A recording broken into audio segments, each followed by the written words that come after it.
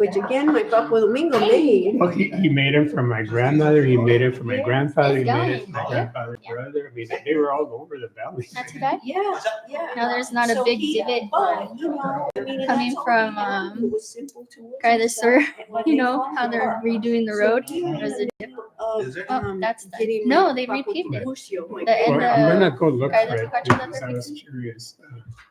Well, it's not marked right now. Yeah. It's not marked because it's on, Thank God. it's on. It was awful. Because we're just getting him, little granite stuff. Yeah, at the because edge, that's only because it was all broken into. You Like, phew, know, close. I know. so yeah, so he was Emilia's, Yeah, your and then ready to grandmother's go. father. Yeah, It looks I nice. think I showed you a picture of them. Yeah. Actually, a picture with his Yeah. sons and a picture with my grandmother and my grandfather and the two younger, Isabel and Clara. yeah, And those are the ones we were closest to because they were younger. yeah, yeah. They were, my grandmother told me they took him in when her mother died, and so the two youngest. They were Yes, very young. So. yes.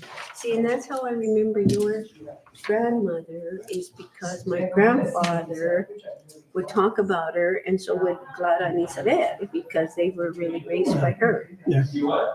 Yeah, And but then, my grandma, Don't Clara, judge, okay? Clara, thank you. Oh, look, there's still some here. Oh, you blue's your favorite. Okay, yeah. The grandma Clara is buried there in the city. Do you know where she's at? Divorcio's wife? Not really. I mean, I've been looking, and I know. Okay, she's over. So she's in a different place. But anytime I can show you. Okay. where No, I was where they're at. because I know from my father. Anything? I just. Are they coming too? Cool.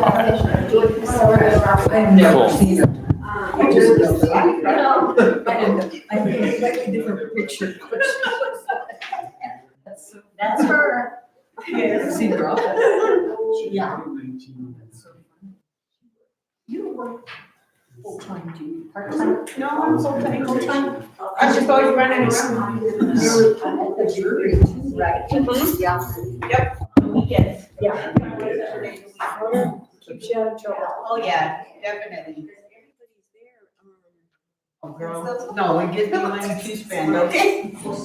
I'm excited. Just went up. Yeah, it just went up. Just the. Went up. It was so nice. I don't know. Good. Yeah. Kids. Yeah. My three boys and then my daughter-in-law from Australia came over and then we all went and then she came back with us for almost 2 weeks and she just went back on Friday. Nice. Yeah. Yeah, so it was amazing. I love to be able to spend time with them. Very cool.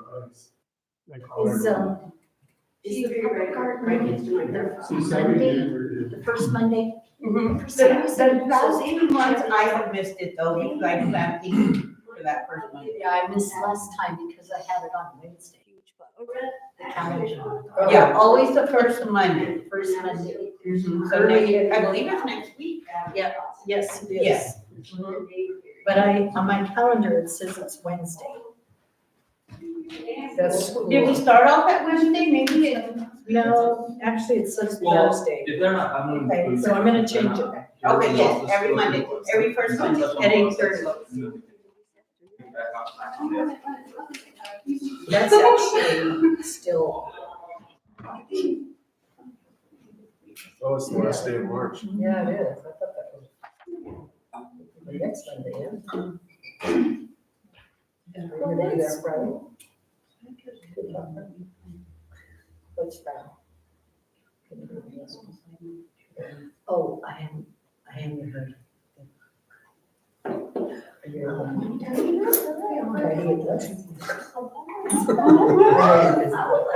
Well, my sister's here too, so. But then, it's only an hour. No, it's Amber. It's beautiful. Oh my God, my mom's right now. Oh. It's gorgeous. It's cracked and all kinds of things, but I think she got it. Finally got to go on a trip. Where does Anna come from? It's in from the Middle East. Yeah. Doesn't really have some before it solidifies. It's so strong. I had it long because I saw it all and all the things I had. Man. Yeah. There's some of that.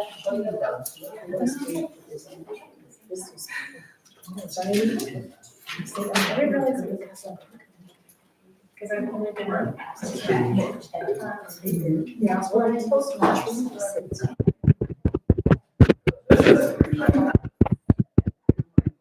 I see it as a kid. Seriously.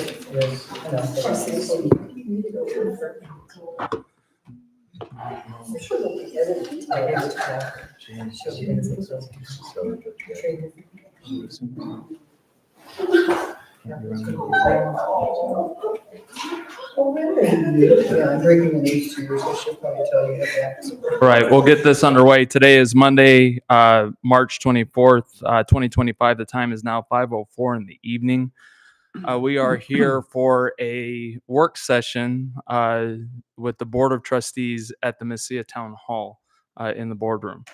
On our work session agenda, we do have a couple of presentations as conceptual ideas to gain feedback during this work session from the trustees. We will be doing other public meetings to get feedback on some of the other ideas and feedback from the community, but the community can also give feedback during the public input section if you have any feedback then, or reach out directly because you know how to get a hold of me too. So we'll also go ahead and start off and have the representatives from NMCO come on up to the podium if you all are ready to talk about the conceptual ideas for the visitor center. So I did leave it. So there's the clicker right there on the top. This one right And here. so with this, just so everybody is aware, what we're looking at here on this is on our ICIP. We do have our capital plan. We do have the planning potential to have an update on our visitor center and to do a little bit of a remodel on the interior. And there is a grant opportunity for us to go after here very, very soon. So we just wanted to get some conceptual ideas flowing and get some ideas from the board as well as the community on ideas for this. So I'll let everybody introduce yourselves here with the NMCO team. And just real quick as well, before I let you take it off, is that NMCO is also the company that is helping us with our website rebuild and being redone. So which we'll be presenting and showing that and taking you through a test drive of that here after we finish this presentation. So I'll turn it over to you, Tina. Excellent. Thank you guys for having us here today. So my name is Christina Ballou. I'm a co-founder and a creative director here at NMCO Studio. We're a local creative agency that specializes in design, videography, and web development. And I'm Jenna Dunlap. I'm one of the graphic designers at NMCO. Hello, everyone. I'm Lucky Gonzalez. I'm one of the co-founders, and I just do a lot of the administrative stuff and come up with some of the ideas and try to make you guys look really, really good. Okay, so Jen and I have been working on a couple of concepts for you guys for some future environmental work. Just to note that this is the very beginning of our relationship with each other. So we're kind of like throwing spaghetti on the wall and throwing ideas to see how you guys resonate with certain things. So we're just going to show the 3 concepts that we presented to Russell the other day. Oh yeah, go ahead. Okay. And before we wanted to show you guys the examples, we also just wanted to kind of take a moment and just kind of put what we were thinking about. We really want to give feeling and vibes when somebody comes into this space. It's a really beautiful space, but there's a lot to be left to the imagination and the overall feeling of it. So walking into the space for the very first time, it's very grandiose. And then we look at a lot of beige and we look at a lot of just nothing else kind of going on. So we're really, really appreciative of Russ to be able to do some collaboration work with us and to really make this space special for the residents as well as tourists. And we feel that we've gotten some really great foundation for you guys. But that's our goal, is to really make it feel and have what it feels like to be in the town of Mesilla. So I'll let Tina take over. Thank you, guys. Yeah, thank you for that, Lucky. Again, we do want this space to feel like an experience and a place where people can feel comfortable having a cup of coffee, having a conversation, of course, and connecting with everything else that they need to connect with regarding this building. So we'll share with you our first example. I can go for it. I gotcha. Okay. I'll help out. You just tell me. All right. So this is our mood board for modern rustic. We have examples of textiles, wood, of course, as like furnishings and art and things like that. So for this space, we hope to blend earthy tones like terracotta, adobe, and teal with modern accents of matte black. We would use natural materials such as exposed wood beams and wrought iron lighting to create warmth and authenticity. Furniture would be sleek yet rustic, featuring reclaimed wood tables, leather seating, and handcrafted details. Art and decor should highlight Southwestern heritage and history with contemporary twist, large-scale photos of notable history, abstract metal, and wood sculptures, and woven textiles and wall art.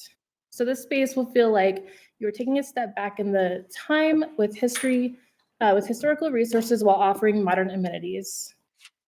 We'll go next one. Yeah. So this is a graphic rendering of that space. The coloring looks a little bit more orange here on your screen. It doesn't look that orange on my screen. Maybe it does a little bit. So I'll have Jenna kind of explain some of the things that we were mindful of while we were creating this. Yeah, so for this first concept, we were thinking probably, I think it was like about 10 feet high, historical photo wall wrap all around the interior of your building.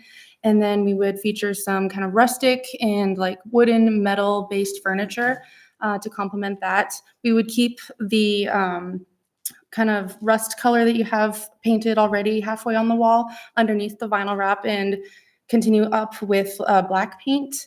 And then we would feature like black leather couches, some rustic wall sconces. We would include electronics such as TVs and iPads or whatever you guys are kind of leaning into. We would also feature like a little coffee bar station, and we would also include some movable walls that could hold collateral, merchandise, and other materials. And then for like sculptural elements, we would include some metal cacti. And I noticed you guys already have a clay chimney in your lobby, so that could be something you could keep, or we can outsource more of those. And then we would also feature some like, they're like the rustic wheel chandeliers. So a couple of those to kind of light up the space. Thank you. And so this one is portrayed without your secretarial desk that you guys currently have in the lobby. And then this option is portrayed with it there if you decide to keep it. Okay, so moving on from modern rustic, we have our next option. Thank you. Our design philosophy embraces modern traditional Mexican styling where rich heritage meets contemporary elegance. Inspired by the festive spirit of Plaza de Mesilla, we weave together energy of cultural celebrations with a refined aesthetic. A palette of deep indigo, earthy peach, and fiery red reflects the vibrancy of embroidered textiles, sunlit walls, and blue sky. At the heart of our design are Talavera-inspired shapes and patterns, intricate floral motifs, bright features, and art that is a reflection of community and culture. The result is an environment that feels both bold and welcoming, where visitors can have a warm conversation and read up on old Mesilla events. So this one's a lot brighter, a lot more colorful. And then we'll move on to our digital ideation. So yes, a lot of the similar elements as the first concept, but this one would feature more kind of like Hispanic wall sconces, the metals, and we would feature those two back walls, and then underneath the archway would be hand-painted murals. And then we would feature more of like a lighter tan color furniture, still with like wooden and metal elements, and just lean very into the colorful tiles and all the Talavera-inspired artwork. All right, and then this is the option with that desk again. So again, utilizing that if we didn't remove that. And then last but not least, We have Vibrant Roots. Vibrant Roots is a celebration of eclectic storytelling where artful Southwestern influences meet bold, memorable design. Each piece is a fusion of cultural heritage and contemporary expression, weaving together rich textures, dynamic patterns, and unexpected contrast.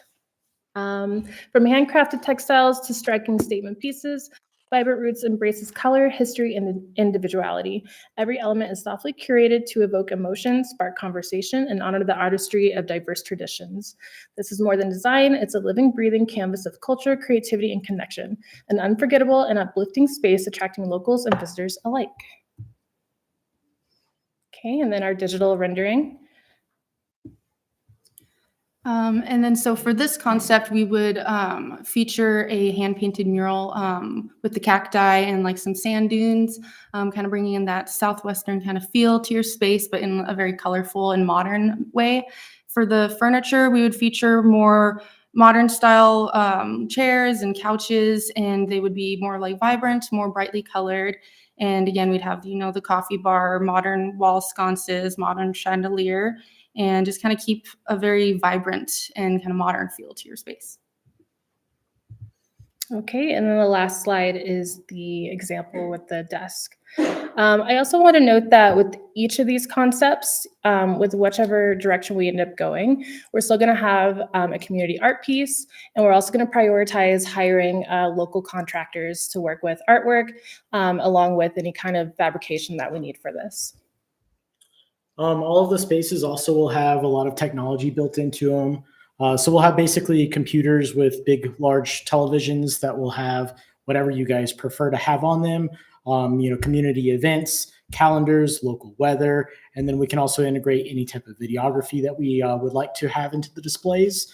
There'll be a continuous display, so they'll have displays 24 hours a day, and it'll be very easy to update. So as your guys' events change or as news happens, we'll be able to simply just add an extra link into the display, and it'll be automatically updated across the board. So it'll be very informative as well, and we can rotate to whatever you guys prefer to have whenever you guys would like to make those changes.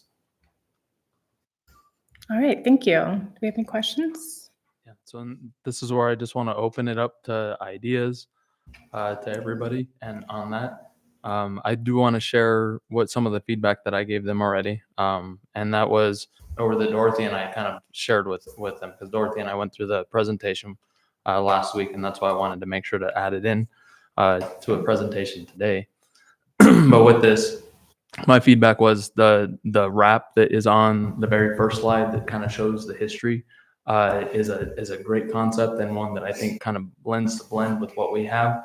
So where we have that wrap that goes around. But the one thing that I had mentioned is if we do move in this direction with the wrap showing the history from pre-colonial Mesilla starting on one side, going up all the way around to present day Mesilla, and showing that history as a wrap around the entire visitor center would be a neat depiction of what we have there. But really, the black going all the way up, as much as I personally like black, it is that would need to come down, because that is, and just be a thin line if we did that, and maybe even incorporate in this design some of the other areas along the top where you see over in here along that, incorporate maybe parts of the concept from number 2, where you have the fun decorative tile, having that as a border around the top or the bottom, encasing the pictures to that extent. The paper banners across here in one of the concept kind of adds that kind of fun texture and idea. So that was just my generalized feedback, is that there's components from each one of the concepts that could be potentially ideas to move forward with. So, and then of course, this is going to be a fully vetted process going through what the community as well as the electeds want to see. So I'll open it up. Sorry, trustee. Yes, I was going to talk about the reception desk. The one you're showing in some of these drawings, is it going to be the same size as the one here that this exists now? Correct. It would be essentially the one that you guys have now. This isn't made to scale, but it would be the same one that you currently have now. That's an option, right? Yes. Mhm. Yeah, that was, Because I envisioned that, without that, you could actually use the space for receptions and other things as because the town needs that kind of meeting space. And so I think that would be a nice place to have different things, even, book readings or, things like that in that area. What I was gonna say, following up what the mayor said, I like some of I like corazon, what is it called? colorful corazon. I like that concept, but I also like the pictures, and I like the cactus on the third one. And if you go to my house, you know that I do like. Well, So could we integrate different elements and make it work? Because I think the talavera and those colors are and the papel picado and all that. And I think I've talked to Dorothy about papel picado. I really like that too. So incorporating some of those elements into, from the different ones into the final concept. I'm not into modern type furniture. I rather have the traditional type, if you want to call it Mexican type, like they had on the second concept. But I think I would like to see without the reception desk, because that would open up the functionality of that space to a lot more things that we could consider, and also incorporate elements from all three of the designs. thank you for that. Yes, so we did discuss, whenever we presented to Mayor Hernandez, having maybe a secretary station off to the side. So instead of having that component here, that is definitely an option. And I'm happy that you're picking up different aspects of each mock-up. Again, this is the beginning of collaboration. So if we want to adjust or move things around or change colors, then that's what we want to help facilitate. What about the entrance? There's double doors, I think, in that area. Could we put in cactus murals in those entrance? Are you looking at that area? Mm-hmm. Yeah, so if we continued this, then we would, of course, think of every single component, including like the 360 experience from every entrance. Right now, this only depicts the one very specific entrance, but we would think of every single detail. Yeah, you guys have kind of, whenever you're also walking outside, kind of the above space. And these can also be done like in stages. So we could essentially do kind of the main lobby area. And then we could also, in another stage, kind of decorate and paint and do whatever we need to do to various parts of the space. Mm-hmm. But yeah, you guys are right, is how do we define the SIA? It's so diverse and there's so much history for it.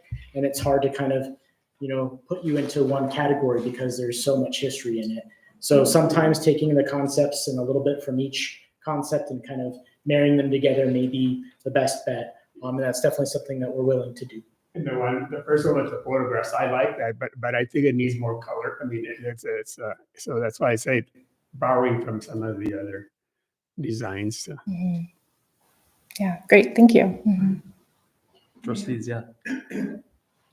So I think the last two, actually, the vibrant roots and the corazon reminded me of hotel lobbies. Mm-hmm. So they turn off with that. And that, I don't know what that was, kind of like a hotel lobby, yeah. And very contemporary. The other one looked to me like very Santa Fe-ish. But that's just a comment that I wanted to make. And then what is going to be the process for selecting the photos that are going to be in this first one? I'm more inclined with the modern rustic, but so where are you going to get those photos? Are they going to be authentic from some of the Mesiotto families that have been here for generations? You're going to get them from MSU archives? I mean, what are your plans for that? Sure. I think while we were brainstorming this, we thought of going to an archive and possibly paying for a licensing fee to have it. But I also love your idea of having maybe locals contribute ideas. I don't know. So we're open to different types of ways of doing that. But my default was to work with possibly like museums or anybody that would have those photos. I think also you guys would be on that process. You would get to dictate what pictures you would like to display on that, and have an internal vote, because this is your guys' space and the citizen space. And we would want that coming from you as opposed to us going to you with these photos. So these are just examples of things that we felt, obviously like historic from this area, but really it would be you guys telling us what you wanted in here. Yeah, because I know that there are several very, I don't want to use the word prominent, but established families from the late 1800s who have photos that the families have had. So I love what's shown how it was rustic.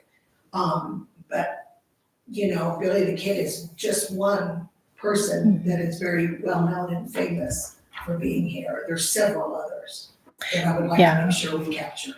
Absolutely. With this design. Yes, absolutely. And I think this rendering is to kind of evoke the idea, but of course we want to leap with it with even better ideas. So I love the idea of being able to work with other local families and historical figures here. That would be the goal. All right, thank you.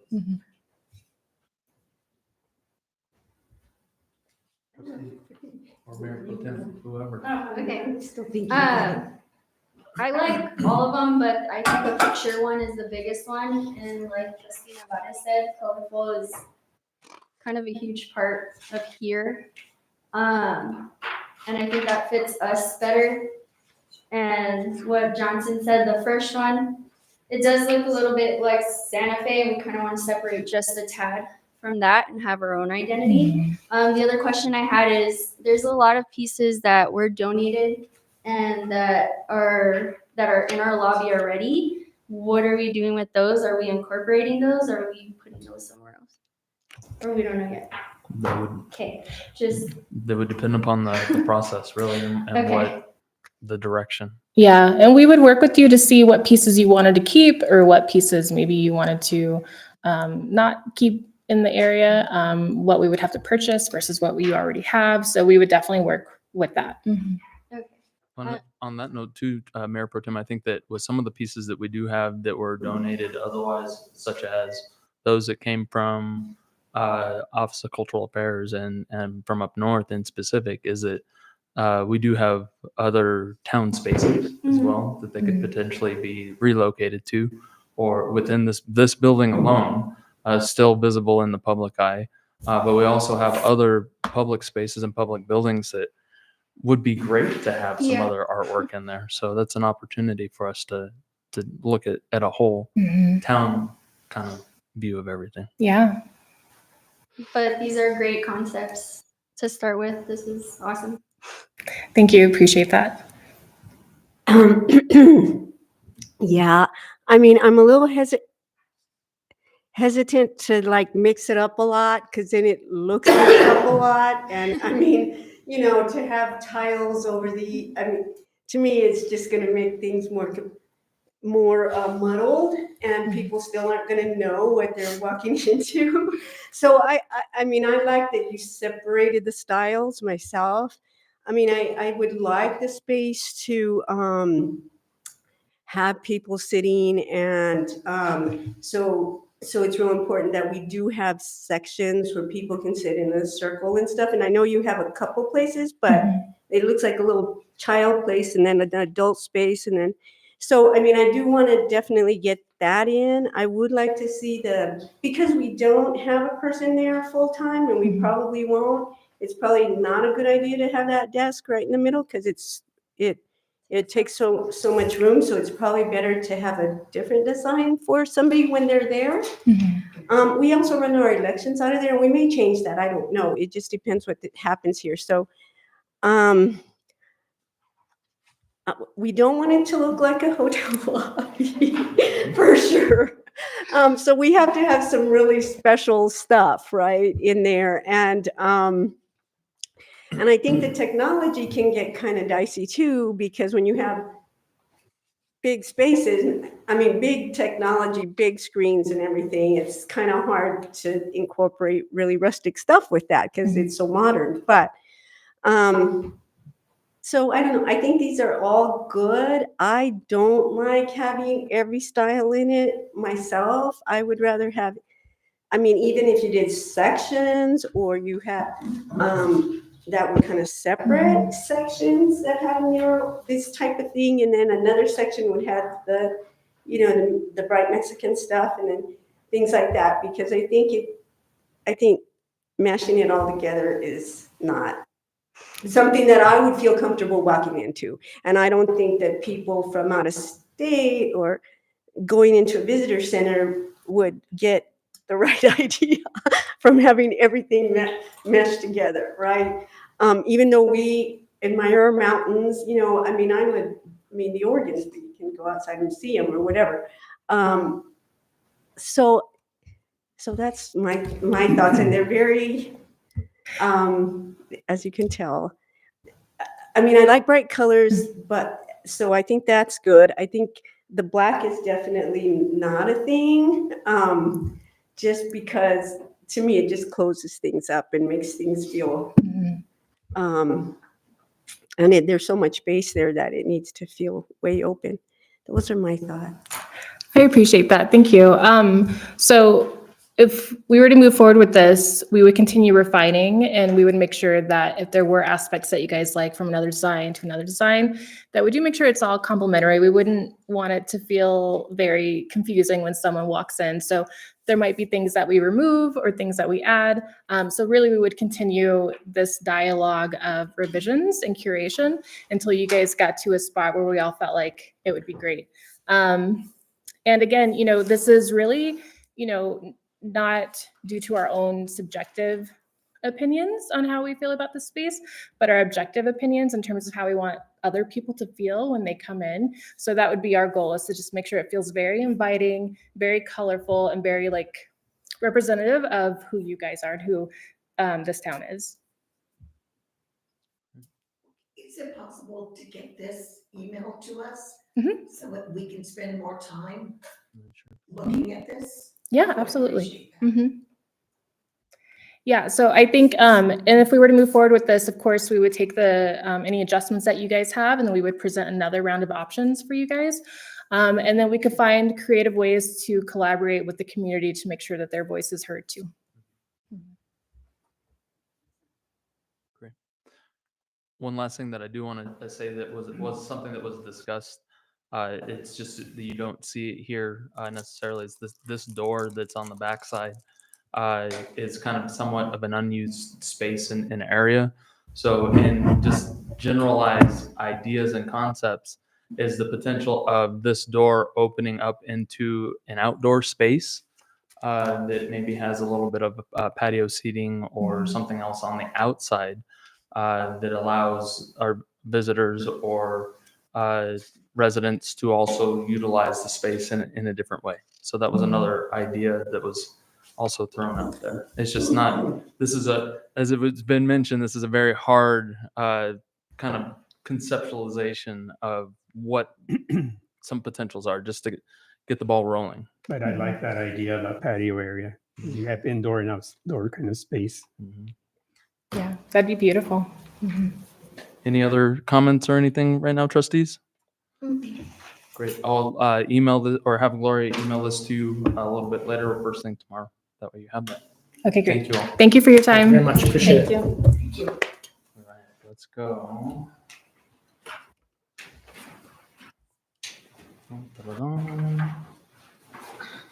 Awesome. It's working now.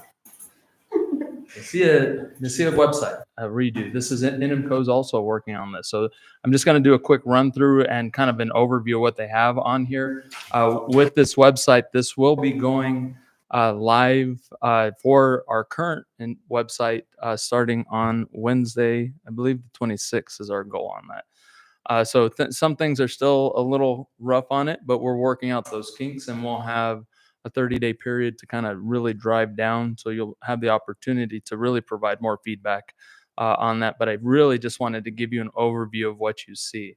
So this is the homepage of what you see on here. Specifics on here, bill pay at the top. You can search anything within the website easily on the bar. This bar has several different pages on here of where to visit, or when you come to visit government, residents, and then contacting directly. But as you drive down and go down into the page, on the home page, we'll have updated things on what's new and what's happening, and then social media, as you see. With the social media, we'll link in all of the social media for the town and have the ability to do that. So it won't just be the town's page per se. We also have the ability to link in the fire department as well as the police department. Correct? Yes. Yeah, so we'll have that. So all of our social media pages will be loading on here. On that, as we go down, a little bit of the back-ended history, just a simple part of that experience and how you can experience that part of culture and history within here, and then driving down into experiencing Mesilla as that. So really driving down on that part and what you can do when you visit Mesilla, the facilities in Mesilla, the career opportunities, contacting again, visitor's guide, and then a calendar of events. So each one of these is a specific page. So if we were to drive down on facilities specifically, on here, you're going to have experienced facilities within Mesilla, going with the facility rentals, all of the facilities that can be potentially rented or utilized where they're located.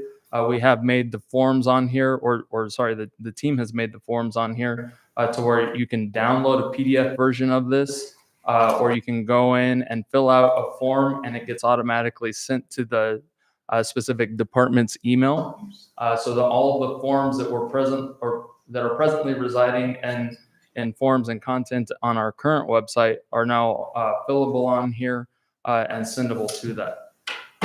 Under our visitors tab, you see that, and then, like I said, this is just a quick run through on all of these. We have our Mercado, the tours and museums, history, dining, shopping, visitor's guide. So it's all kind of broken out into this. I'll just click on dining to give an example. Everything is following a marketing program and experience-based programming. So experience dining in Mesilla, experience history in Mesilla. So just following through with what the visitor's guide has in it as well. It gives a little bit of background on all of these guys. It has all the restaurants within Mesilla fully listed. If you click on the link here for these, it will go specifically to their website. Or sorry, it'll give their menu here and options. They'll be able to update this with Dorothy a little bit later if this isn't their logo that they want. And this is just the restaurants. We have this in every place for all businesses on here to share that information. You can visit their website directly. So this is under the visiting side of that. Under the government side, we have all of our departments listed out and broken down to where you can go in under each one. And so economic and community development has all of our business registration, all of the different forms and permits applications, and they're all in here where you can download it, you can fill it online, you can submit it, do all of these all online so that goes to those specific pages. So just to give you an idea of that, has the listings of the board of trustees and background information. Don't mind that I don't have my stuff on there.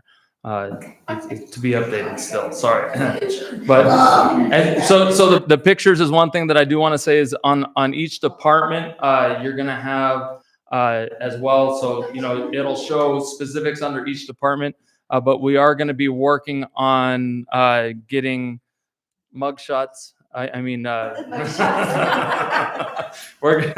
Dorothy's going to be getting with everybody to get these updated.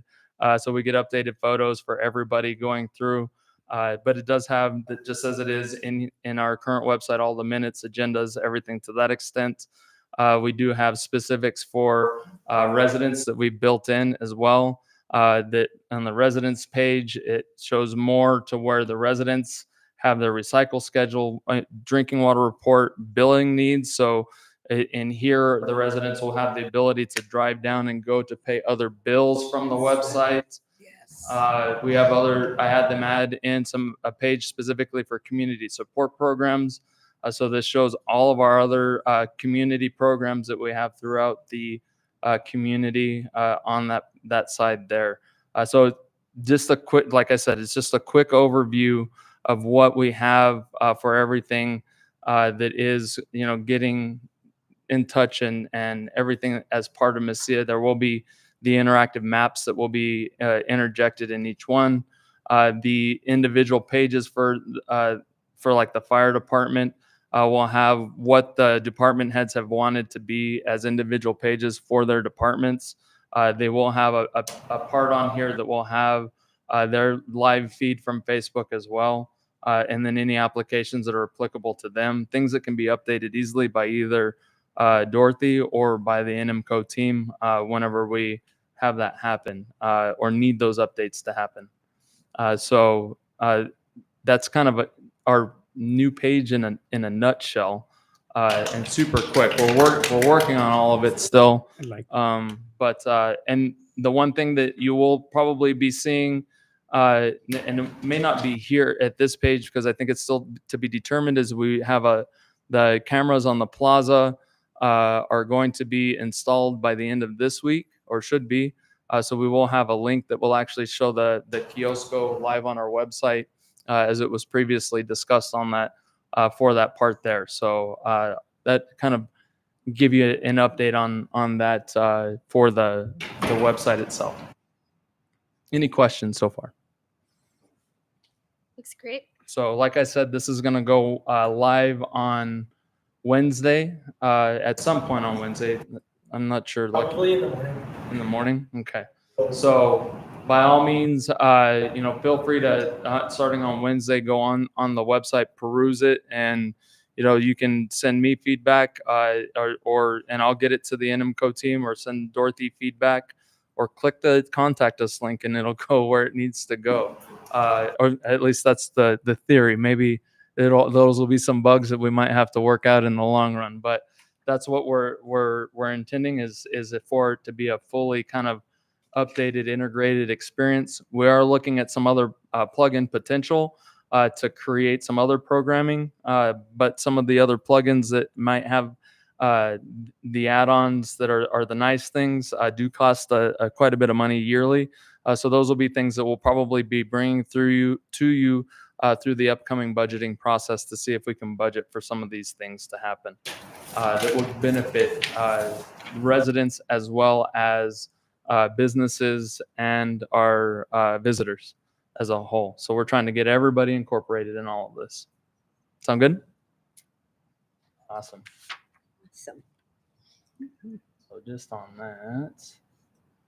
All right. Now hopping into real quick, just to cover a couple of signage projects that we're working on and things that we have going on. So as you all recall, I do have an ad hoc committee that has been put together that's kind of working on arts and culture. Thank you all. Appreciate it. Thank you. That does help out with some of the feedback and input for some of the signage projects. This is generalized conceptions that we're hoping to move forward on some of these things and get more public feedback on these.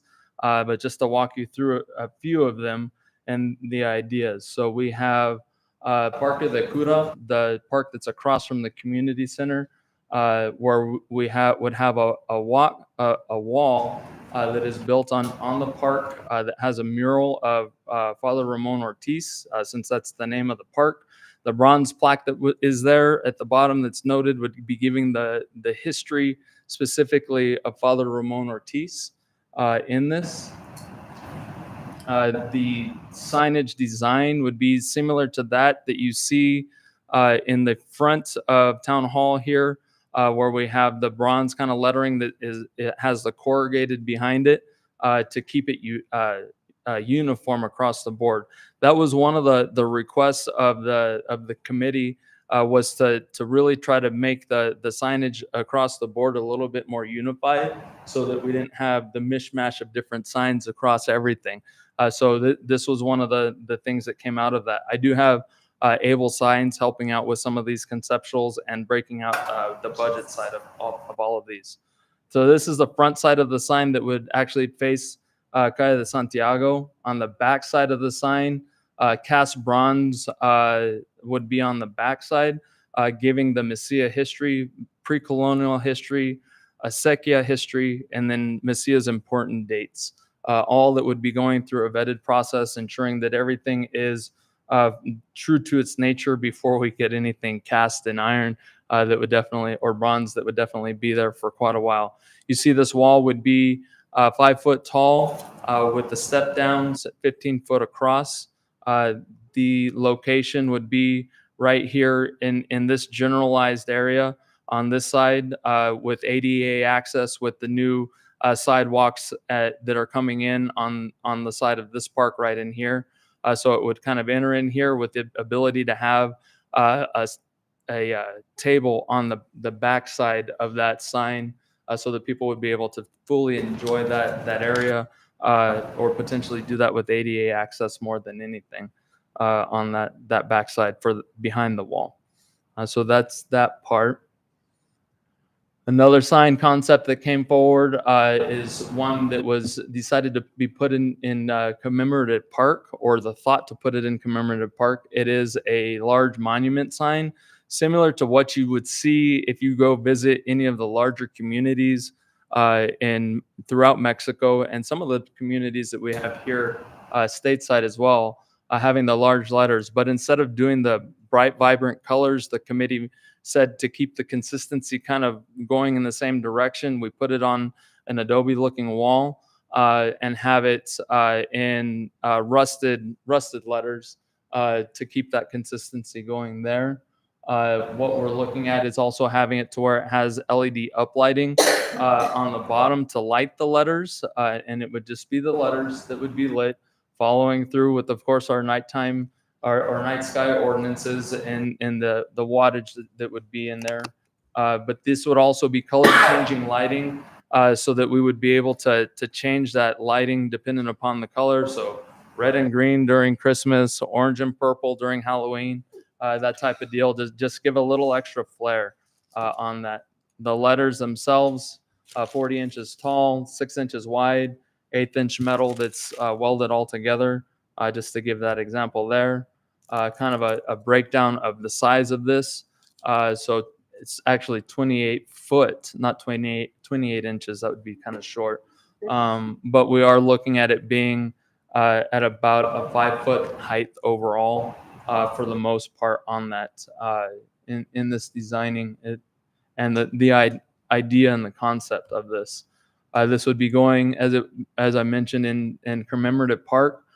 We would be looking at a spot that would be kind of centralized near the playground on this side that sits back just a little bit from the road, that gives the opportunity for visitors as well as residents to really partake in that sign and take pictures by it. And really, that was the area that the committee felt had the most room for the availability of that type of signage if we did move forward with that. The other part of what we see is the sign potential at Veterans Park that we were working on. The committee suggested that this look similar to what we have in some of the other signage, and redoing that sign and also some wayfinding signs were suggested. Of course, we would not have specific businesses that would be listed. This is just a placeholder to give an idea of what the potential could be. Based upon the sign that we see at the entrances in specific, that's where all those colors and kind of the lettering was pulled off of that to look at that. The other part that I have the signage company looking at is where these signs are at the entrances, is having an identical sign on the opposite side of the road that might be produced. That way it actually isn't something that you drive by and realize that you've already driven by that sign and you didn't even see it until you were past it. But that way you see it on both sides of the road as a bienvenidos and then adios on the other side, like OT, potentially looking at having directional that would be in the center of the median, giving the direction to go to the shop, go to the visitor center, go to utility payments, whatever the case may be. And in that area of town, giving that right off of the Avenida and the potential of that. Mayor, I have a quick question going back. Yes. So to me, that directional sign that was the previous slide was very distracting.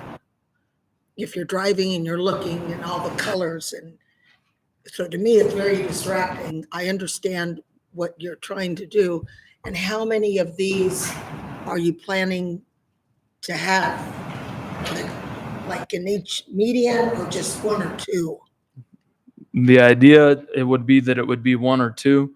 So there would be one on this side as you're coming into town, and then one on the opposite side as you're coming in from the opposite side. Unless, of course, there's feedback on that. And then, of course, the signage that's on here would be that's left to whatever we want to put on there. Like I said, this signage is still in a rough concept phase. It's the two parks that are kind of in that going to start going through the vetted side. I guess my also concern is that we start getting too busy with all the signs. So, and it becomes, yeah, I mean, we're a small community, and I really don't want to see like displays of signs everywhere. Just my own comments. Definitely. Thank you. So that's what we, and then this sign that you see at the Veterans Park, another small sign at the entrance, would be just enlarged in the same style, but keeping that same colors as you see there from the previous, and just kind of making it more visible. The anticipation would also probably be to incorporate a little bit of more landscaping around this, so that it kind of really draws your eye to that side, and knowing that you are entering into the historic part of Mesilla. Street signs have been a discussion as well. So just in knowing that street sign replacement will be a part of replacing in this grant that has, or sorry, the capital funding that has been received for this or these projects, I should say.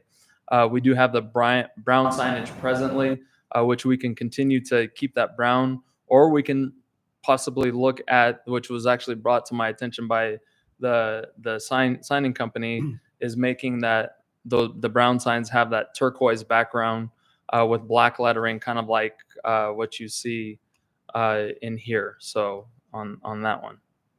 So just ideas. Other signage otherwise, stop signs as well as road signs. We are continually going to be looking at the budget and budgeting for that, because we do budget for those presently. So we've been buying and keeping some signage set to the side so that we can slowly replace that as needed throughout the town. Since we are budgeting for that, so we will continue that process and making sure that stop signs as well as road signs in general are fully being replaced and all of that. So that's signage. So please, comments. I had a question. Yes, sir. On the first two signs that are at the parks, is that frame stucco? Or is that building materials? Yeah. So it'll be it'll more than likely follow with what we have in the front, which is a cinder block that's been meshed and stuccoed over. All right. To have that appearance of that Adobe.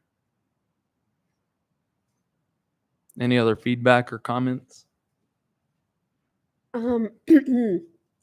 Yeah, I like the concept of having the color. I just think it and thinking about what kind of landscaping around would bring the eye to that particular area, even though we're small. And I kind of am with Stephanie about just those media, not because, I mean, I just think we're so small. Like, you just make one turn and you're downtown, and I mean, and the residents know where where the town hall is. I mean, I just think that probably would be overdone for us at this point.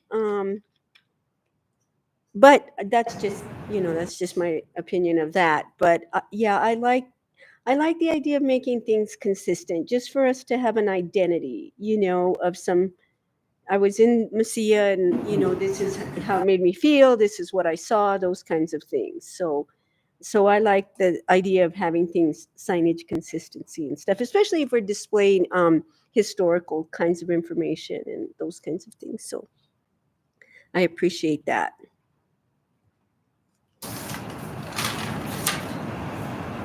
Any other feedback? I had another comment about the median signs, because I kind of agree that it's going to be distracting for drivers.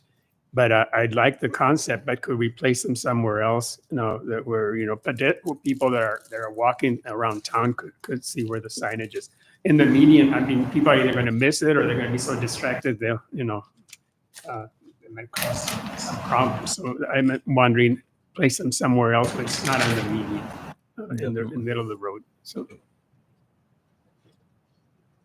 And with that in note and thought, is it we did submit for a grant opportunity for historic preservation that did include a signage inventory, and with that inventory, it would be the possibility of looking into what wayfinding within the historic district looks like and doing a full study on that.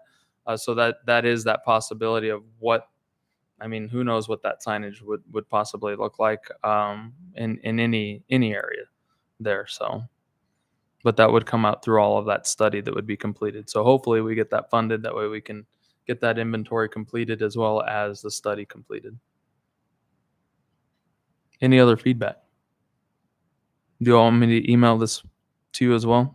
Oh, please. You got it. With that in mind, so community garden and thought of a community garden in that. So the thought in that Dorothy and I have really thought about in community garden and the possibility of where that it could possibly go would be in a space right here where the old playground used to be next to the community center, and leading into that. We would take this sign that is presently at Veterans Park and reincorporate it into this area to recognize that there is the community garden that would be in this area. And of course, these are hard concepts and ideas, so feedback is necessary. With that, the thought is if we do put it in this area, that maybe there's the opportunity for us to have the garden as Jardín de Cura, since we have Parque de Cura. So we have basically an area that has the potential for a marketing potential for Cura for healing in general. Maybe there's the potential, as we have Parque de Cura, Ramon Ortiz, that is named after one of the founding fathers that did settle the area.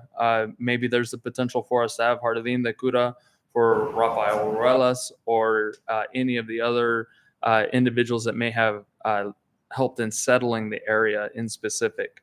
So just hard ideas and concepts that, of course, feedback and a process will need to be created for vetting all of this and getting the true ideas and concepts.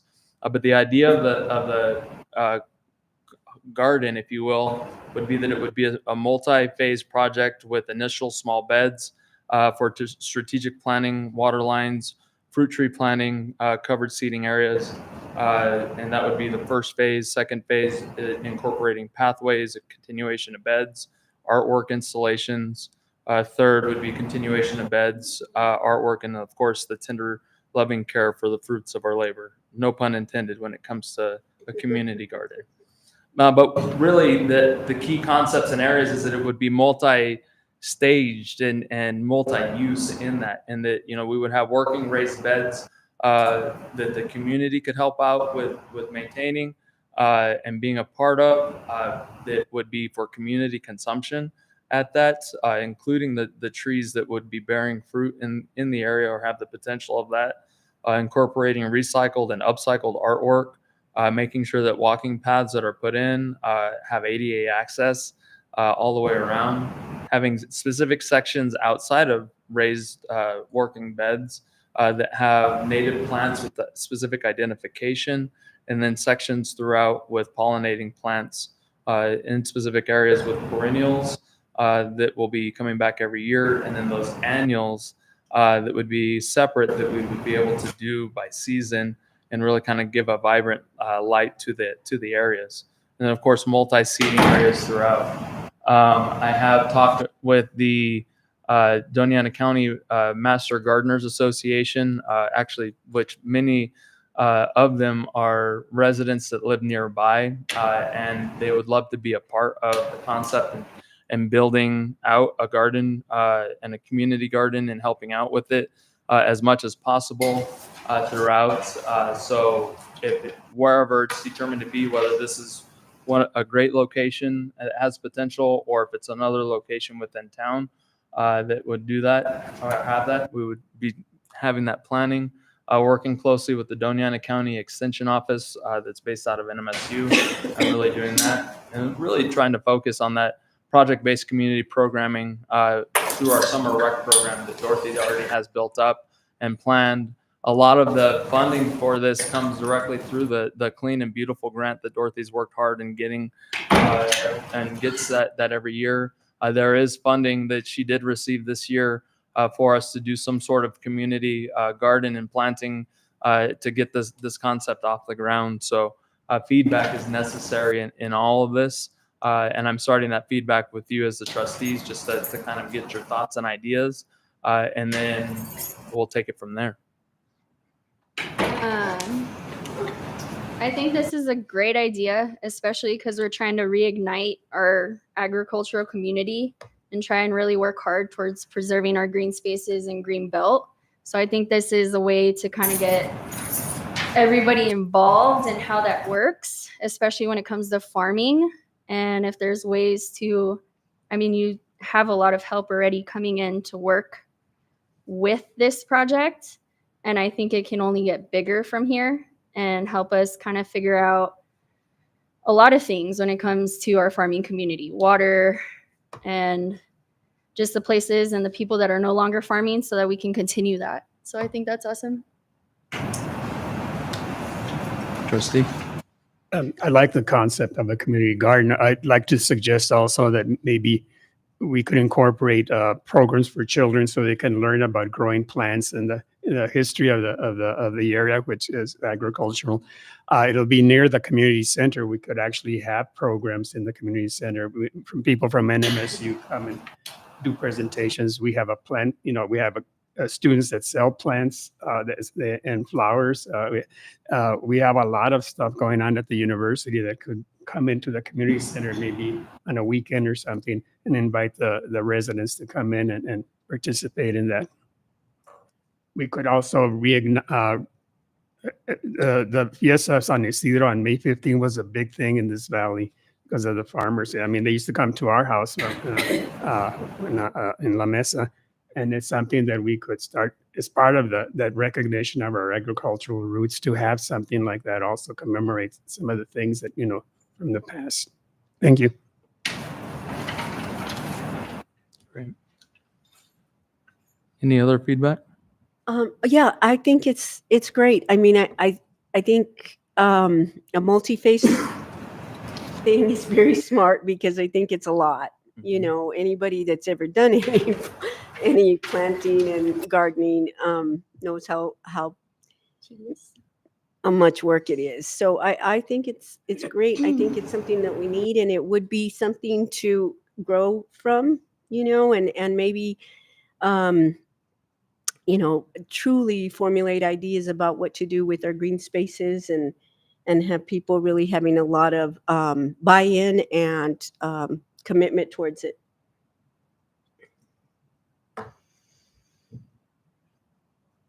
Any other comments? No? All right. So this is all part of a presentation that I'll email to you. And then, of course, if you have feedback, comments that you think of outside of this, please make sure that you get with me. We'll be holding a community meeting to get resident feedback as well. And then we'll be posting, I might have the availability of posting this presentation online as well to get community feedback on that. So I need to get with the website people. That'd be great, because if they could see how much commitment we could get. Yeah, exactly. I mean, I'm retired, so I could help. Great. Thank you all for that. And with that. There. All right. So we'll move on and move forward.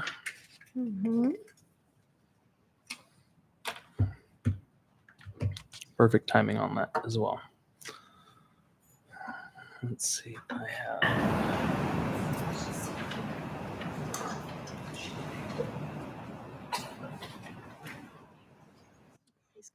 Are you cold? Yes. Okay. Go. Somebody's going for the key. Yeah. Thank you, Gloria. No, the key's right there, though. Oh, I thought it Isn't was it? right there. It should be.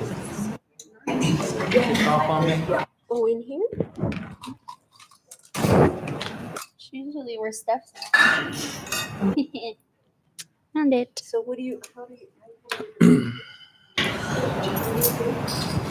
Yes. Okay,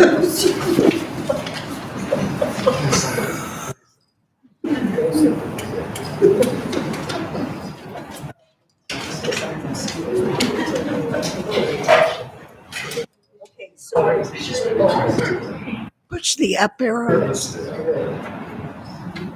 Kick the heater on.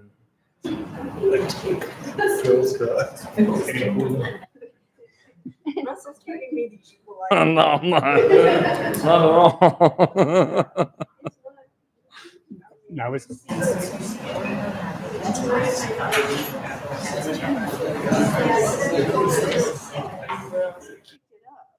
75 a second? You know, when you said that.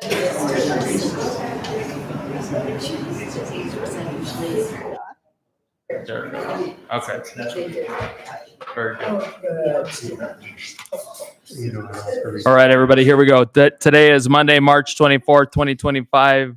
The time is now 6:04 in the evening. We are here at the Mesilla Town Hall for the regularly scheduled Board of Trustees meeting. The first item on the agenda will be the Pledge of Allegiance. And I will ask that after the Pledge of Allegiance has been completed, if everybody would please remain standing for just a moment. I pledge allegiance to the flag of the United States of America and to the republic for which it stands, one nation, under God, indivisible, with liberty and justice for all. And so with this, and before everybody takes a seat, I'd like to take this moment that as we gather here today, it is with a heavy heart that we look to remember the innocent children and young adults whose lives were tragically lost, as well as those that have been seriously injured over this past weekend at Young's Park in our neighboring community of Las Cruces.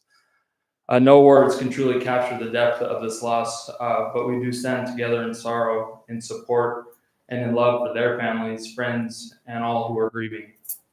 These young lives that were taken far too soon, leaving an unfillable void in the hearts of those who knew and loved them. As a community, we share in this heartbreak, and we must share in the responsibility of working towards a safer, more compassionate world for our children. So let us now take a moment of silence to honor their memory, to reflect on the preciousness of life, and to hold their families close in our thoughts and prayers.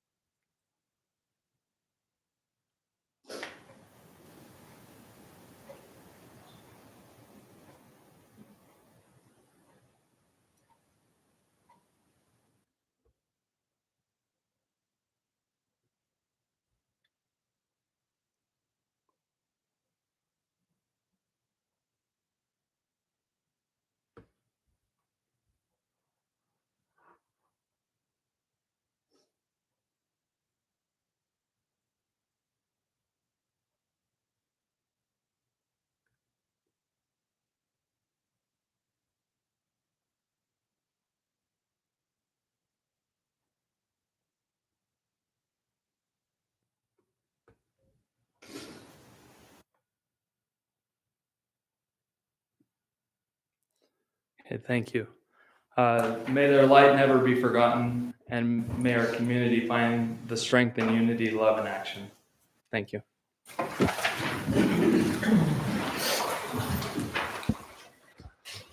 The next item on the agenda is roll call and determination of a quorum. Gloria, if you would, please. Mayor Hernandez, Here. Mayor Pro Tem Merrick, Present. Trustee Cadena, Present. Trustee Johnson Burek. Trustee Nevares, Present. Mayor, we have a quorum. Okay, thank you very much. Next on the agenda are changes and approval of the agenda. So moved. Second. Motion by Mayor Pro Tem Merrick, seconded by Trustee Nevares. And unless there's discussion or objection, the motion will carry with unanimous consent. Thank you for approval of the agenda to move forward. Next on the agenda is approval of the consent agenda, which does include the BOT minutes for March 10th, a purchase order to Code 3 for the Marshals Department in the amount of $53,491.77, and a purchase order to Nova Builders for Plaza Planta renovations in the amount of $6,152.58. So moved. Second. Motion on the floor by Trustee Nevares, seconded by Mayor Pro Tem Merrick. I will say that there is one adjustment to the minutes, and that's just that I had passed the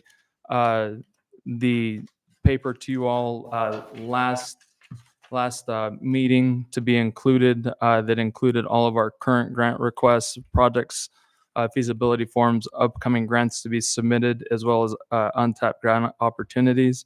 So Gloria will be adding that into the minutes as an amendment. Are there any other changes or motions on that?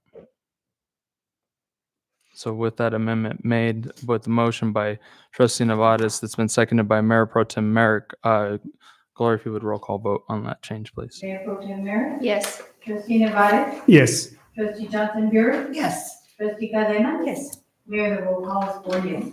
Great, thank you very much. The next item on the agenda is a presentation.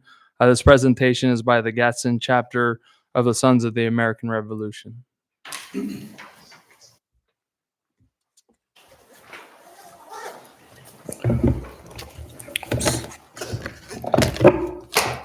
Sorry.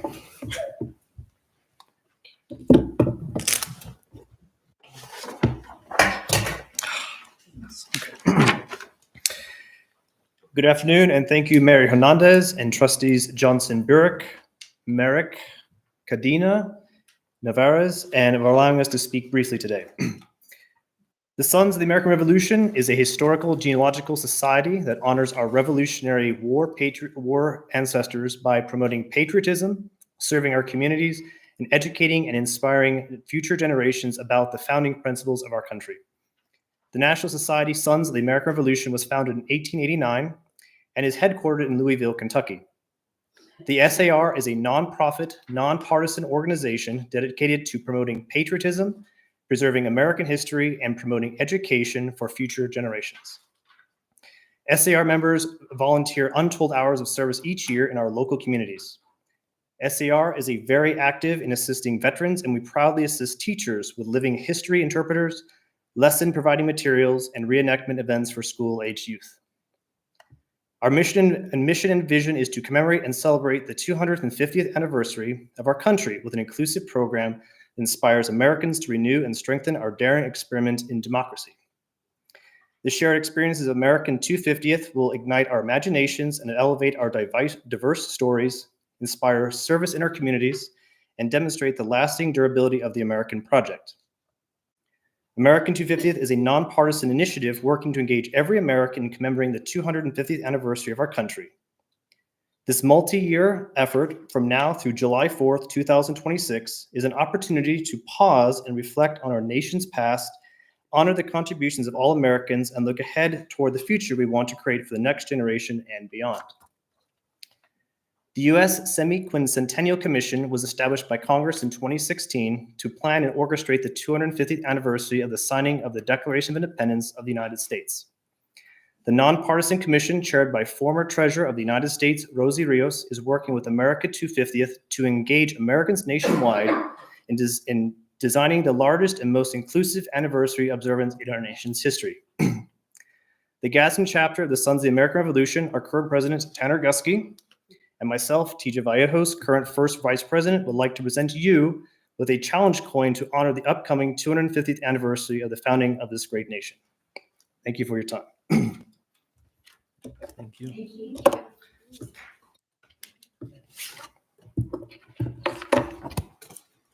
Thank you.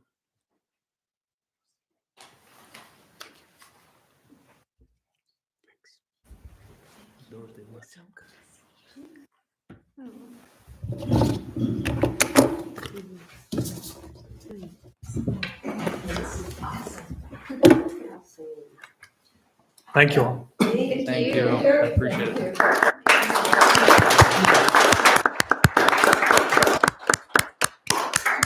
I'd Trustee. like to thank them for all that they do and all that their organization does. So thank you very much. Yes. Thank you. Thank you very much. Appreciate you all. All right. Next item on the agenda is public input on the cases to be heard this evening. And with that, if anybody has input on the cases to be heard, please step to the podium, state your name for the record. I would also say with the recent presentation that we did during the work session, that if there's any input that would like to be given on any of that at this point in time while it's still fresh in your mind, please step to the podium with that as well. Just briefly, completely aside from, it's Tanner Gusky, by the way. Completely aside from the organization I've come here to represent, I'm the South Area Archaeologist for the Natural Resource Conservation Service. It's a USDA subgroup. Their office is just down here. And I was just going to mention them in your preparations for the community garden. I know they have a lot of projects with regards to assisting in those kinds of programs. Thank you. Thank you, Mr. Gus. Good. Any other community or public input? Sorry.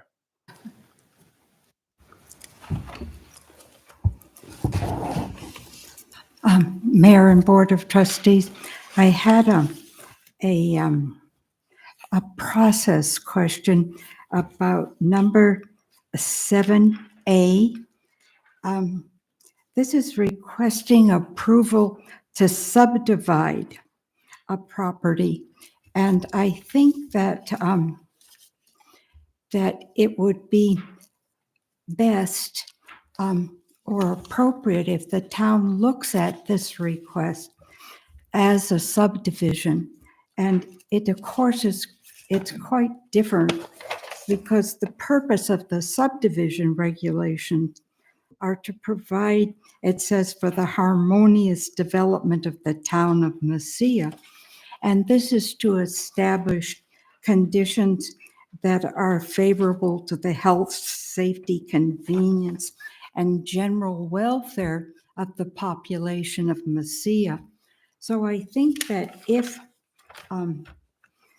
this case is going to actually be a subdivision that benefits the town, then we need to take it through process so both we and the applicants know what's going on. Thanks. Thank you, Ms. Kruger. Any other public comment? Mary Helen Ricci, Calle de Santiago. I wanted to comment about the changes with the entryway to the town hall.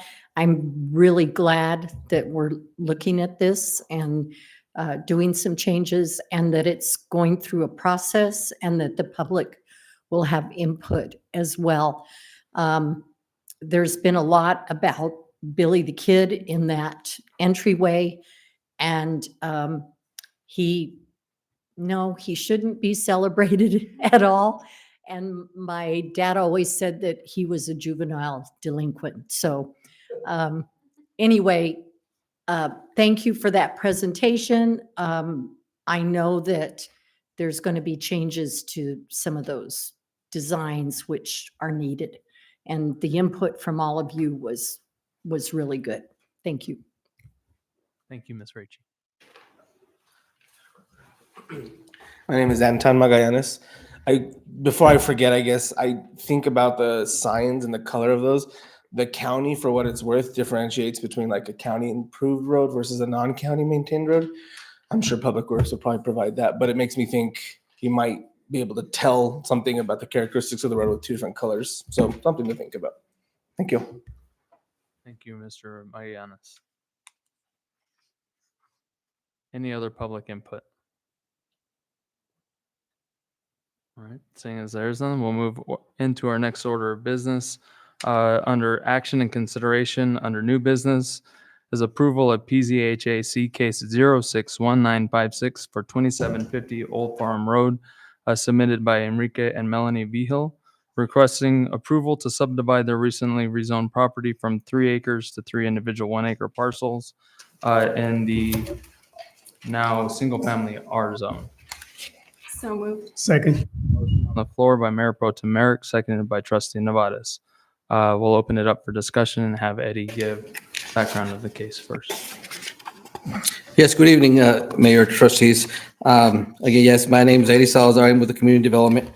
I'm here to discuss, as soon as I pull it up here, I'm here to discuss the subdivision that was recently reviewed by the PZAC, our Planning and Zoning and Appropriateness Commission, this past meeting.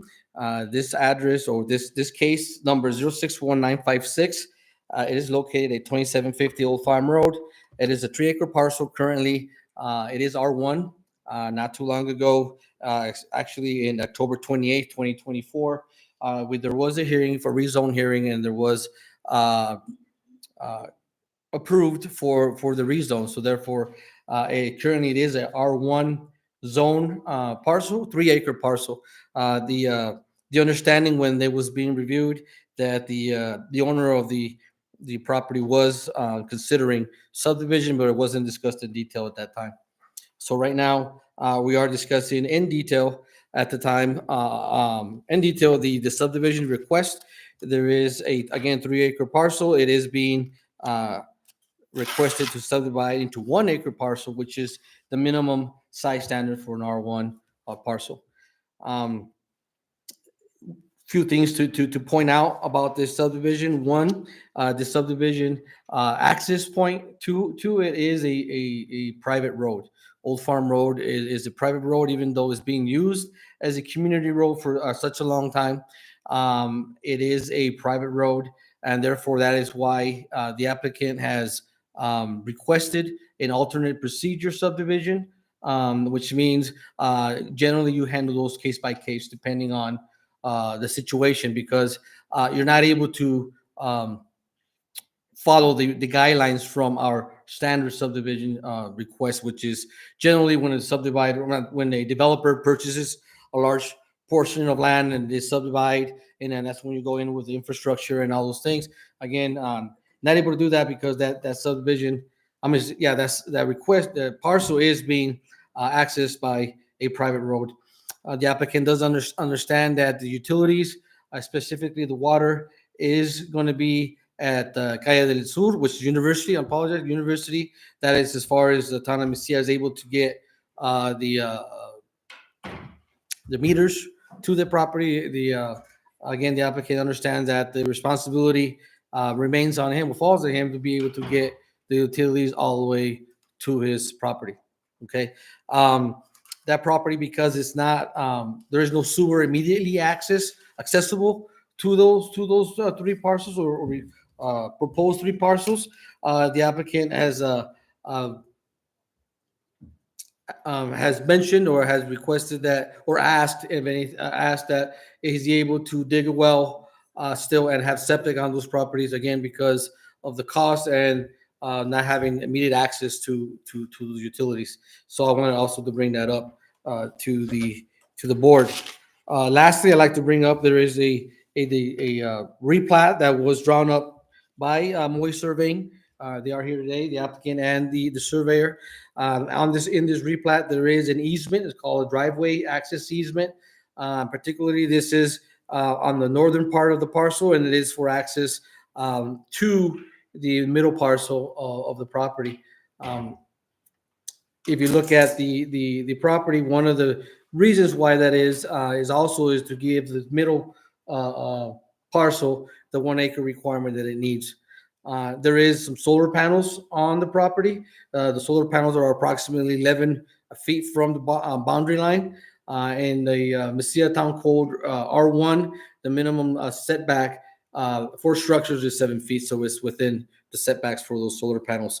Those was also a topic of discussion that we had during our meeting.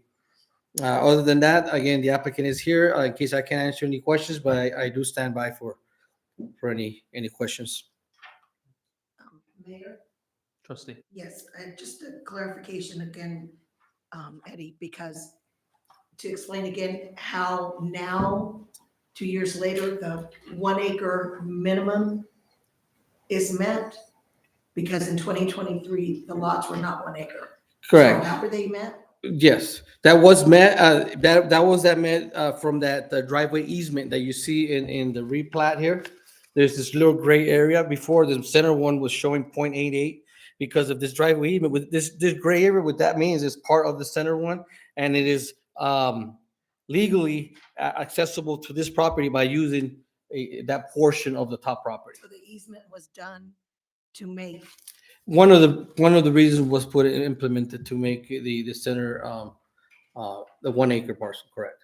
Which is it's viable and it is legal. Before it was even gonna be voted on, the easement was already done. No, this is what being proposed right now. Okay, but the easement was already done. No? No, the easement is being proposed right now. Yeah, Okay. before there wasn't there. Okay, I got it. The replat, so now it's 1 acre. Correct. Okay, got it. Thank you. That's all I had. I just had a question about, the water is on University Avenue. Is there a trench dug on that private road to get the water there and to those properties?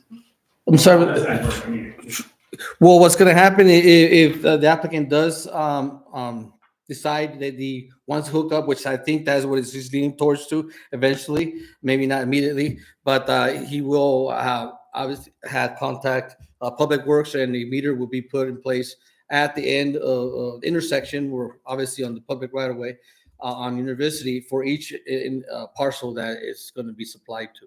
So we're not able to put public property or Mesilla property on private property, so we're not going to be able to put it on the private road as close as we would like to, but it's not possible. Sewer again is also down there when this property was mentioned and during our discussion, as well as this property. The grade on it is a little bit lower also. That's why one of the comments was made about sewer, about being able to get proper sewage incline or grading to the main. But again, eventually that's what the applicant discussed that he wants to do, but at the meantime, he wants to know his options.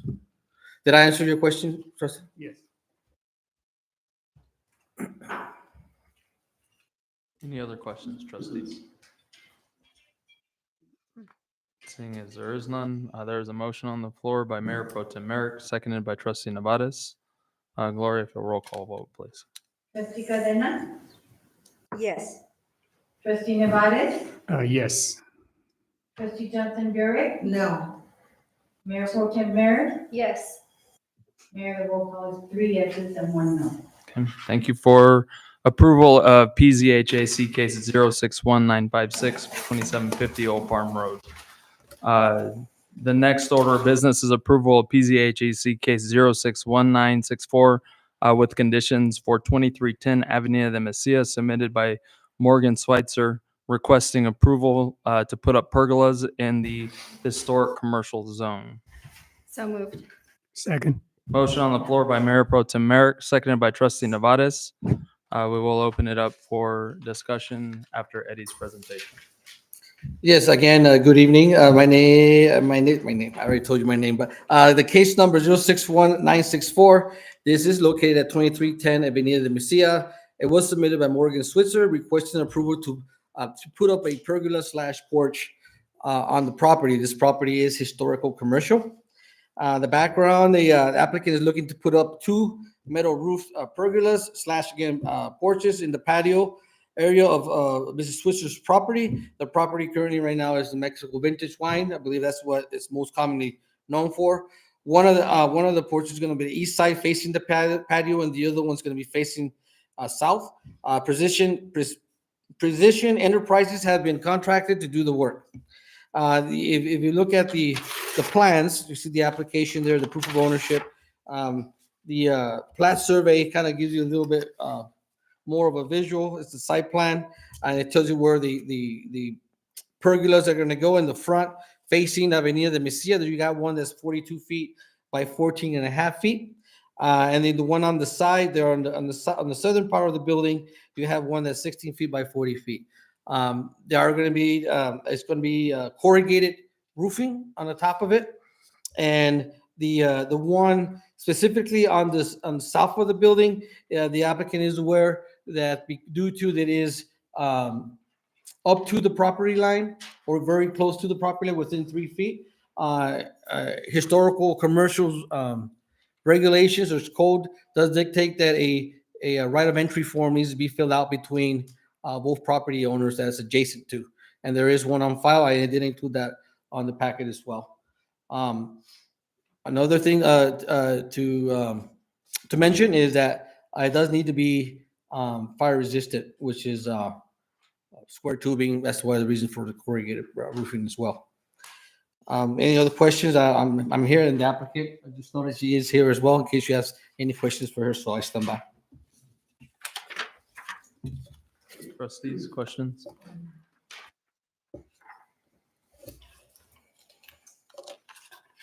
What was, because it wasn't in the packet unless I missed it, the condition that was imposed by the PNC? The condition was that it does need to meet the right of entry form. It was we had it on file. I understood it was on file, but it wasn't in their packet. It's one of the things I included on here, and also was that it needs to meet all the CID regulations and such, because the plans were not that detailed for a building permit. Exclusively the drainage and those sorts, which they are aware that they will need to meet New Mexico CID standards. Okay, yeah, because I saw that in her comments, but it didn't say anywhere it's a condition. It's at the bottom under determination. Thank you. Yeah, right there where it says determination notes. Got it, thank you. Any other questions, trustees? Seeing as there is none, or if you would roll call vote, please. Trustee Cadena, Yes. trustee Johnson Burris. Yes.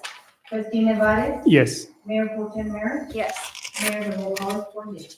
Thank you very much for approval of PZHAC case 061964 with condition for 2310 Avenue of the Mesilla.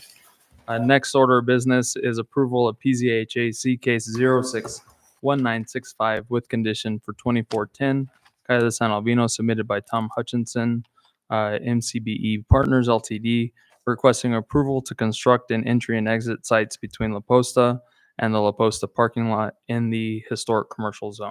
So So moved. moved. Second. Motion on the floor by trustee Nevares, seconded by Mayor Pro Tem Merrick. We'll open it up for discussion. Eddie, if you'll kick it off. Yes, 061965 2410 Calle de San Albino. It was submitted by Mr. Hutchinson, MCBE Partners Ltd.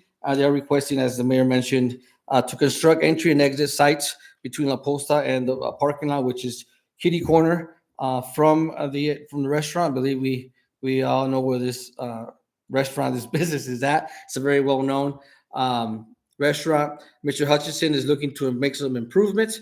One of the improvements specifically is to put Adobe or Adobe style arches on both corners, one on the restaurant side and one on the parking lot side.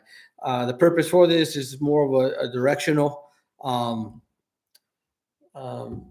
visual, I guess, for customers that stop by and park in the restaurants, and kind of helps them lead to where the restaurant is at and have a more pleasant view as they're entering the building.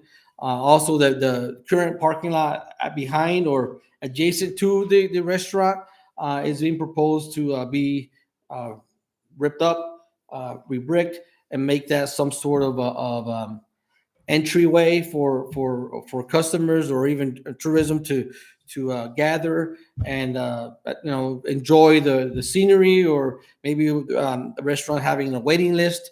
It's going to take 30 minutes to seat you. Maybe they have a place for them to gather and to do that. Also, as well as the exit, a lot of the times I'm being told that a lot of the customers, as soon as they open the doors, they stand there and obviously have conversations about how great the food was and how great what are their next plans are right after leaving the building. So that kind of gives them an area to kind of do those kinds of things. Along with that is a small, or in addition to the building. The addition to the building is there where the parking lot is at, on that corner.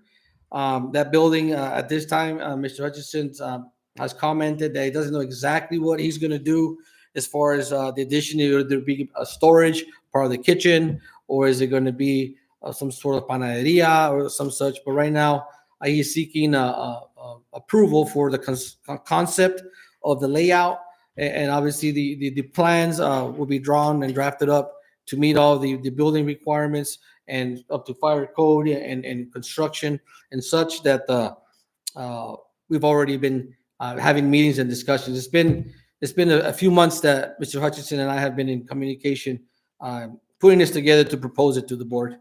I might have missed something, but Mr. Hutchinson is here, so in case I missed anything, I'm sure he can explain that in detail as well. I stand by. Mayor, Trustee. so it says the patio is not being proposed for outdoor dining. The patio? In the comments. Okay. It says something is gonna change, and we're gonna vote on something that's gonna change in the future. Not the building use of it, the building itself. The patio. Where am I at here? You're looking at the determined. An analysis, Okay, analysis. Got it. the second, well, it's not indented, but it should be the second paragraph, the remote parking for hotels. Oh, yes.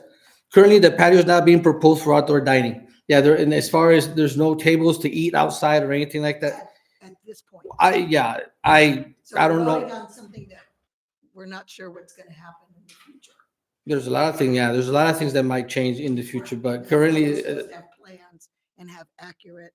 So that brings me to my next question, because we talked about this for the last few years, that we're approving stuff and the plans aren't there. And we talked about the ordinances being revised, so people didn't have to spend all that money to get plans done if they're not gonna be approved, and I absolutely understand that.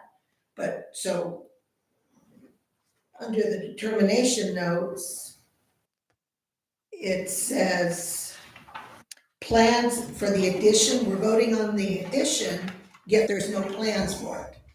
correct. Okay, but our ordinance hasn't changed.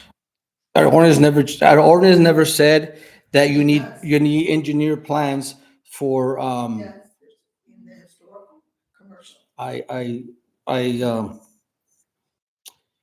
I disagree, but I understand where you're obviously your interpretation of it. But yeah.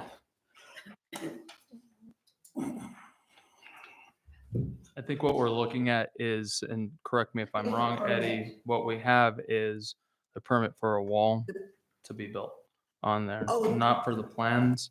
But the plans were asked of if it would be a possibility. And as the commission, it said that if there is the building to be built as a conceptual, that would need to come in as a separate application. Yes. Now, what's good? That is yes, correct. Let me just elaborate on that a little bit.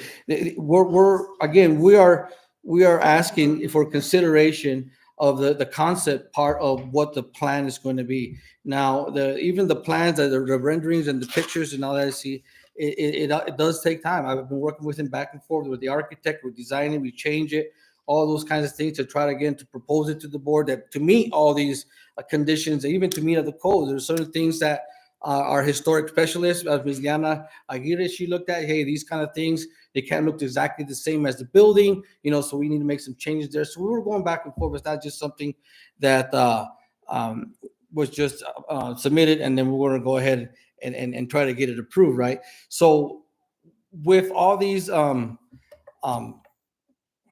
should I put it? With all these uncertainties, as far as at what point, what conditions Mr. Hutchinson has to make, that is why he hasn't drawn off the plans yet, because he wants to know from the board, if he's approved, to be able to do this. Now, if he is approved, the building itself, it does need to meet he does need to come back and submit a zoning permit to be able to build with all the plans and to meet all the fire code or environmental or any other ones. This is, again, the consideration to approve the concept behind what he wants to do before time and money is invested in, because it is a pretty big project, and it is obviously in one of the most recognized buildings and restaurants in Mesilla. Okay, but the permit says renovation of the parking lots and small building addition. Mm-hmm. That is the concept, what he wants to propose to be considered for approval. You just said also part of it is that wall, that entryway. Yes. That's not on here, on the permit. Yeah, on the permit, whenever he filled out that application, he submitted all the renderings to it, all the pictures, all the plans, and that goes with it, right? That's great, but it's not on the permit. That's what I'm saying. We have all these things in the notes on the permit, and everything's all over the place. And and wasn't that entryway one of the things that was a concern year before last or last year with the height that planning and zoning denied it? I don't know if Mr. Hutchinson remembers. He was I trying don't recall that, but. I don't recall it, trustee. Okay, thank you. All right, thank you. Well, the permit says renovation of the parking lots. Does that indicate the entryways that are catty-cornered to each other? Correct. That's how it's tied. That's what we're looking at this evening, right? Well, that is for all of this. That is exactly what started. Is you have a parking lot, and like I mentioned when I first started talking about this, is to help direct customers to this restaurant. So that way, the arches are being proposed for the exit and entry on both ends, to include the patio and proposed addition. So the patio area, the seating area would be part of this project. Yes, it's not really a seating area. There's more of, again, it's just for gathering. It's not going to be for that. I input that in there because I did ask to make sure that there wasn't any additional requirements for outdoor dining, and the response was at this time we're not thinking about doing that. Yes, and I'm not referring to outdoor Okay. dining, but a place just to sit. Yeah, there are going to be some outdoor benches and such. That's part of this evening's proposal. Correct. And the other one is the concept of adding a building for future use. Mhm.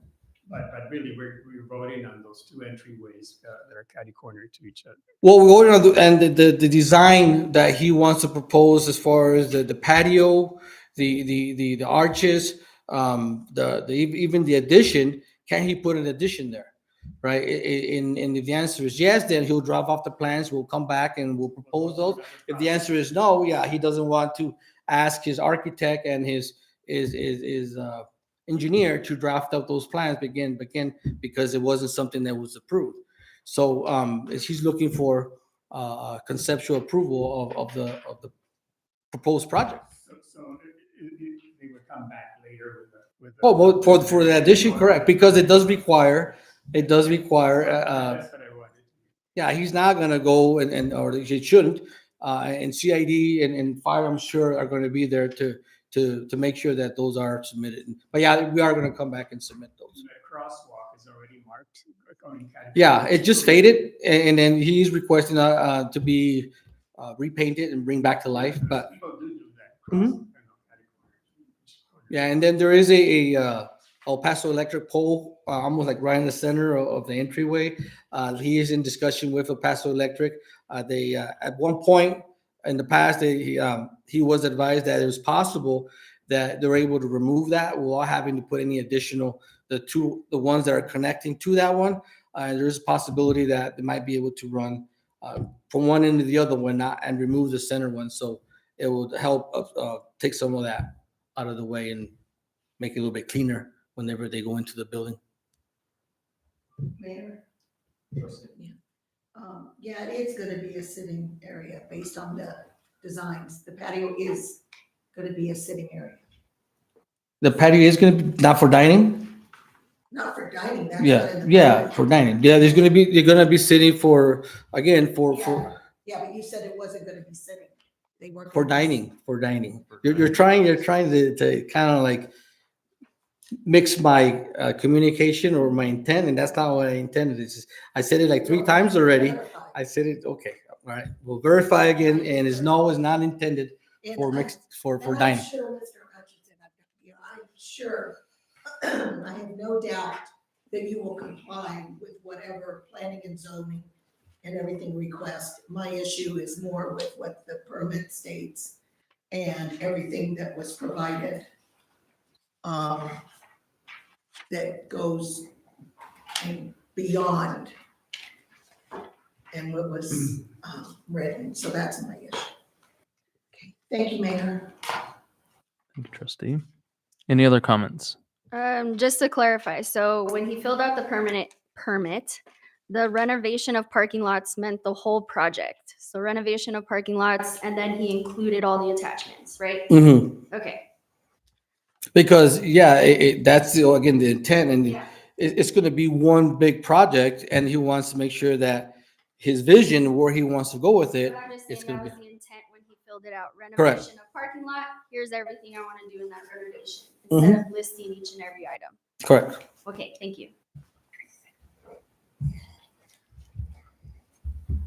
Well, and I think in the approval, I just want to note that in the approval of the specific action item, and I know as trustee mentioned on here, it does say a small building addition in the zoning permit. But we do have the clarification coming from the planning and zoning with the condition that's been set. But the approval that's in front of you this evening is specifically for the construction of entry and exit sites between La Posta and La Posta parking lot. There is no mention of any type of building or anything to that extent.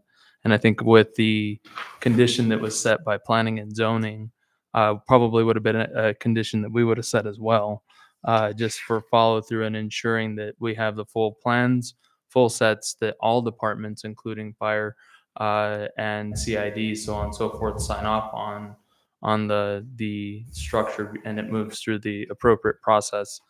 This is a building also that is, as it was noted by planning and zoning, that is also needs to have that overview from the Secretary of Interior or from SHPO in specific. So with that in mind, I think that those are some good standards in that condition that follow through with the necessary action that needs to take place.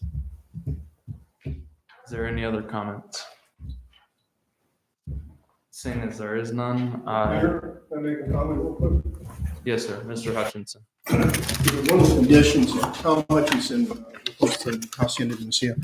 One of the conditions P and Z did ask us was to contact SHPO and try to get some direction, some guidance on what this building, this small addition, what some of the constraints were to go forward, because their instructions to us, and these are instructions and best practices we've adapted here in Mesilla, look like an historic building, but not quite look like an historic building. Her response to me, and this was, I don't think Anna's here, was she's comfortable that you've adopted best practices here in Mesilla. She's not in the business of giving advice to projects that are privately funded. I had a nice discussion with her, but I couldn't get any direction in terms of what it's precisely she might be looking for just a little bit of change. So has a little bit of height, a little bit of setback, has the fountain, just some things that separate it, make it distinctively different from the existing structure. And that's where the gray area is. I think that's where the confusion is here tonight, primarily is that this isn't a black and white deal. Your ordinances are well-written, but when it comes to modifying historical structures, there's a lot of wiggle room. And I've been before previous boards where this project was approved many, many years ago. We just ran out of money to get it done. And even since then, SHPO's is modified some of their regulations and guidance and instructions, and we have here in the town as well. So I appreciate the feedback. To Eddie's point, though, I'm just looking for conceptual approval of what you see, and then we'll get into the weeds with everything with fire safety and CID. Otherwise, I'd have brought it to you with everything done. But this is just a very unique situation where you're taking a very old building, very historic building, and making a 600-foot addition. So. Thank you, Yeah. Mr. Hutchinson. And with that, no other questions? The motion on the floor by Trustee Nevada, seconded by Mayor Pro Tem Merrick. Gloria, if you would roll call vote, please. Trustee Nevada? Yes. Trustee Johnson Burek? I think it's going to be, when it's finished, very beautiful, but at this time, based on what's presented in the permit, and I have to vote no. Trustee Cadena? Yes. Mayor Pro Tem Merrick? Yes. Mayor, the roll call is 3 yeses and 1 no. Thank you. Thank you for approval of PZHA CK 061965 with conditions for 2410 Calle de San Albino. Next on the agenda is approval of resolution 2025-23 for 2026 TPF application with match waiver request for Paisano Road reconstruction. So moved. So was there a second? Second. So motion on the floor by Mayor Pro Tem Merrick, second by Trustee Cadena. This was a resolution that I did bring to you last meeting. I just want to note that I had some grammatical edits that needed to be made to it, which I caught as I was getting ready to submit it to the MPO for the PFF portion of that application. So that's why I'm bringing it forward to you again with that edit or with those edits in there. Is there any other discussion? God, maybe one day I'll have a voice back. Although I think we're usually just get on our life. So with both of these resolutions, Mayor, I'll just ask this for both of them. Once we receive approval that we've been considered, and we will be seeking public comment on both of these projects, right? Yeah, so the grant is for rebuilding the roads. So this one in specific is just a resurface of that road. In particular, there's no other improvements other than resurfacing and restriping for this particular project on this one.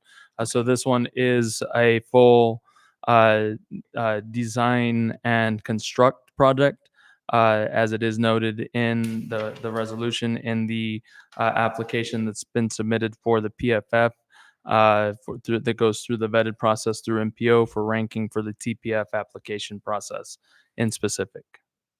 Thank you. Most definitely. Any other questions? Seeing as there is none, motion on the floor by Mayor Pro Tem Merrick, seconded by Trustee Cadena. If we can have a roll call vote, please. Mayor Pro Tem Merrick? Yes. Trustee Nevada? Yes. Yes. Trustee Johnson Burek? Yes. Trustee Cadena? Yes. Mayor, the roll call is 4 yeses. Great. Thank you very much for approval of resolution 2025-23 for the 2026 TPF application for Paisano Road reconstruction. Next on the agenda is approval of resolution 2025-24 for another 2026 TPF application with a match waiver request. This is for Calle de Sur planning and design for widening and improvements along that road. If we can have a motion on the floor. So moved. Second. Motion on the floor by Mayor Pro Tem Merrick, seconded by Trustee Cadena.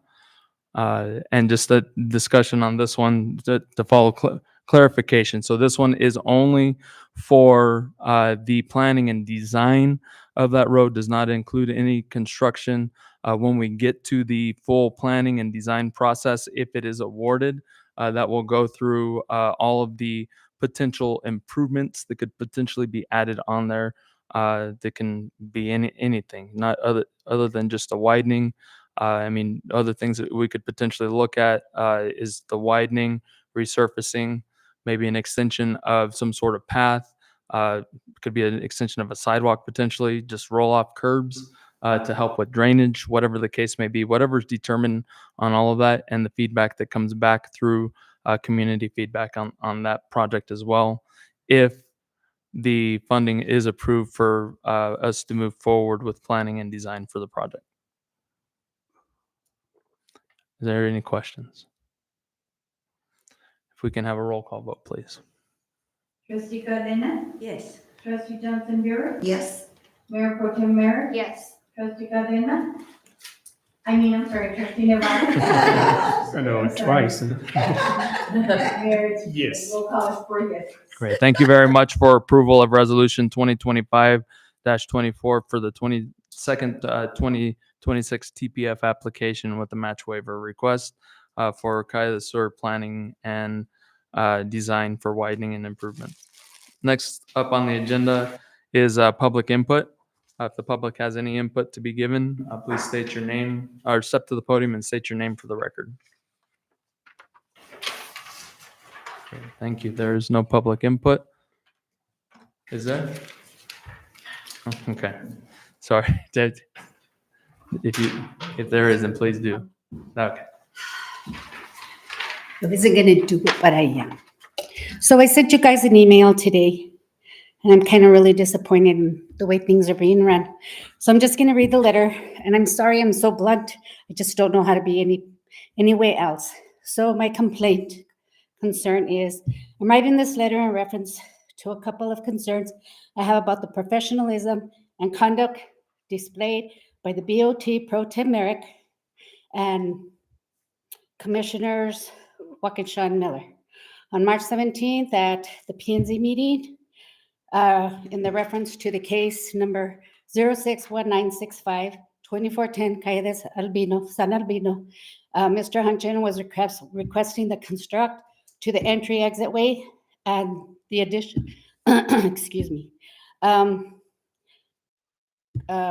Chair Waukesha went on for about 25 minutes on the signage and the color.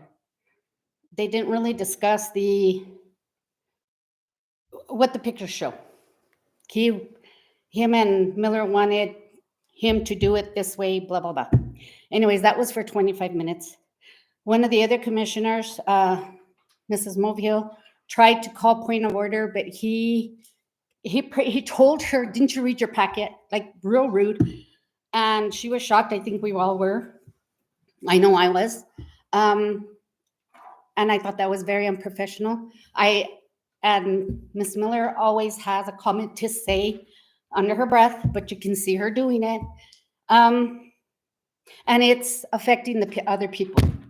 And I think it's a form of discrimination.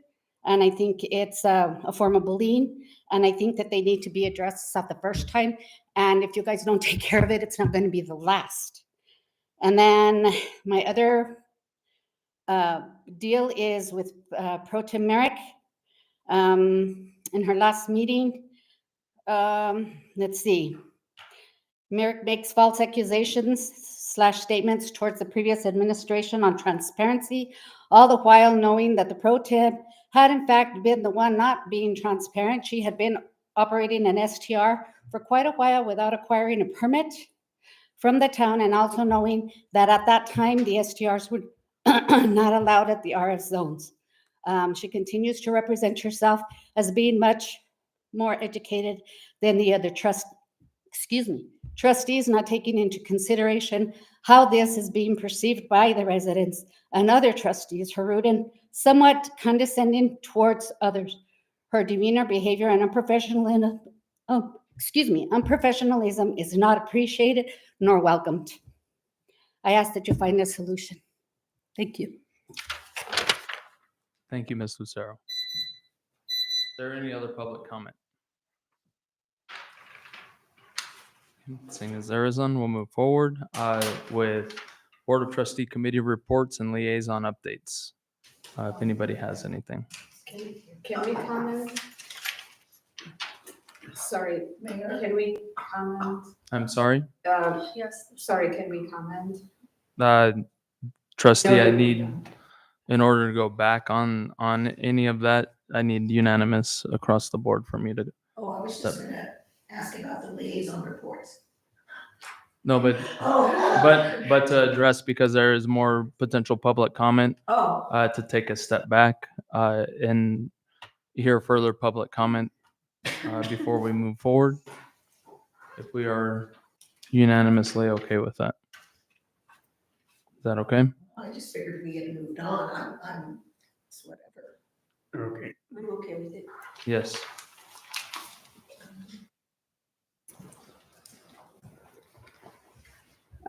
Dasha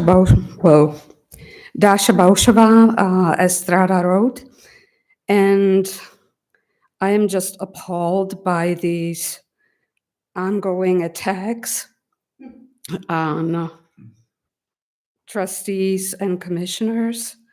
I mean, I'm here. I have eyes. I have ears. I'm just stunned and appalled, and I don't think that our comments should be personal attacks on any of you guys, either trustees or commissioners. So I just think that's really inappropriate and uncalled for. Thank you. Thank you, Ms. Bausheva.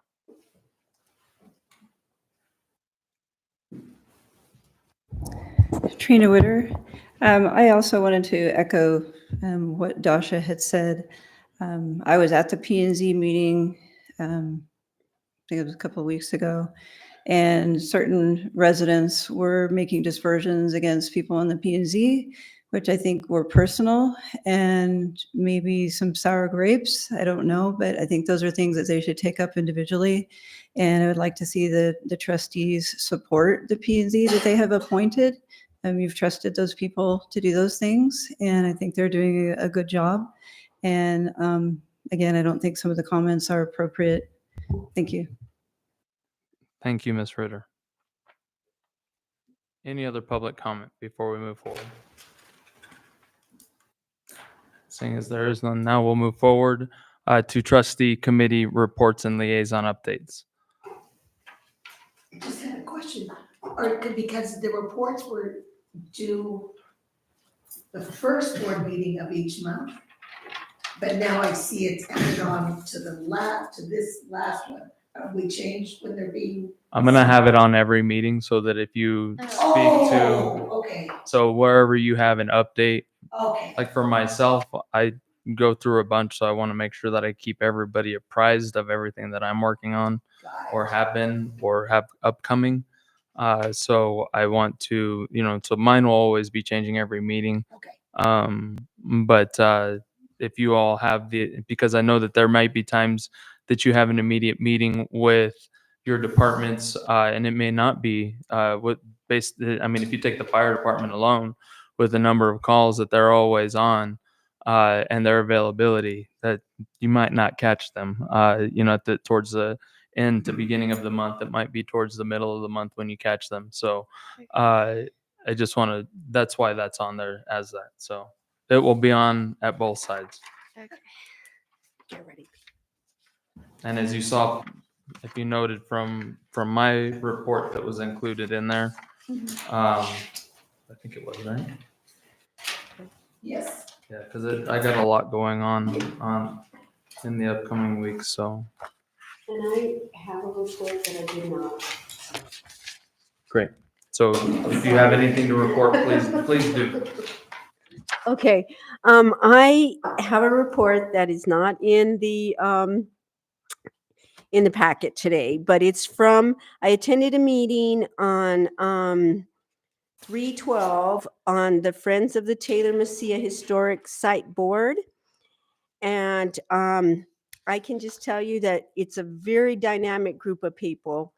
They are doing so many things for the site, and it's a huge learning curve for me just to know who everybody is and what projects they're working on. But I can tell you that Mary Helen, and I'd like to invite her to at any time or once every month or every couple months to come up and give an update if she would like to, because she has it all situated in her mind, I think. For me, it was just a lot. Everybody had a lot to contribute. I mean, as far as what their plans are, what the plans are for the store, what the plans are for membership, what the plans are for fundraising, so it's a very dynamic group. I think that the site is going to be just something that brings people to Mesilla, that other people are going to bring other people once they see it and once they experience it. And this group is going to make that happen even better, I think. And I just appreciate that. I mean, Mary Helen has her, she's there and making sure that it is, authentic to her father and mother's vision, I think. So that's my report. I'm going to meet with them once a month. I will next month submit it in the packet, so it'll be a little bit more coherent and with the list of things that they've actually discussed. But just let me assure you that it is going strong and it is doing well. And we are very, very fortunate from the start of the project to it's keep going like this. It's just really a boon to Mesilla. So thank you. And Mary Helen, if there's anything you can add or want to say. The only thing I'd like to add is thank you so much for being there. And I know it was, it's a big board and they are dynamic. Thank you, Jerry, for being an alternate, and we told you you can come anytime, any of you can, and attend. It was posted in the Museum of New Mexico Foundation booklet that it should be opened in November. So there's going to be a big celebration for that, and we'll see how that goes. And I really appreciate being positive about this.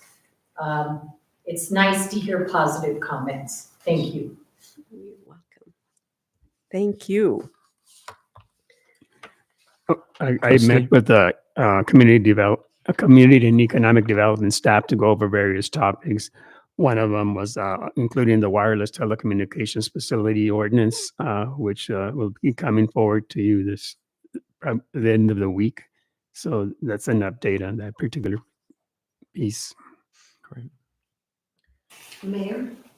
Trustee. Yes, so I have no liaison report, because I met with, via email, Fire Chief and Marshal. Did have a MPO meeting on March 12th. The majority of the meeting was a closed session to hire the executive director.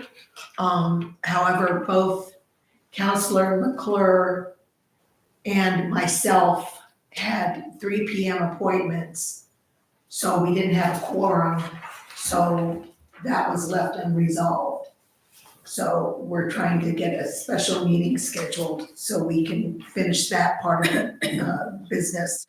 And then that's prior to the April 9th meeting. That's what Andrew is trying to do. That's all I have. Great, thank you. I think we got the time. It's a tentative time? I wasn't at work. Okay. I was past a long day. So it looks like the tentative time is gonna be April 4th at 1:30. Great, thank you. And then I have SCOG on Friday, which will be via web. And that's all I have. Right. And I had my updates in there for you all with all the craziness going on over the next couple of weeks, including the budget stuff that we're working on.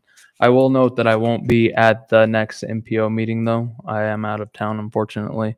And I've already let Andrew know that I can attend via web though, if necessary. We will be, which I will be, online, even if I don't have the ability to participate. I will be at least watching because there is the ranking process for our PFF applications. So I'll probably be relying on a member of our team to help out, or a couple of members of our team to help out with the presentation of those applications to the MPO. And that with that, we'll move forward to our next, unless there's other reports. No, it was just disappointing we couldn't finish that. Yeah, that was a long session too. Yes. But Yes, 'cause we were making leeway. Yes, exactly. All right. Next order of business is the Board of Trustee and staff comments. We'll start with fire.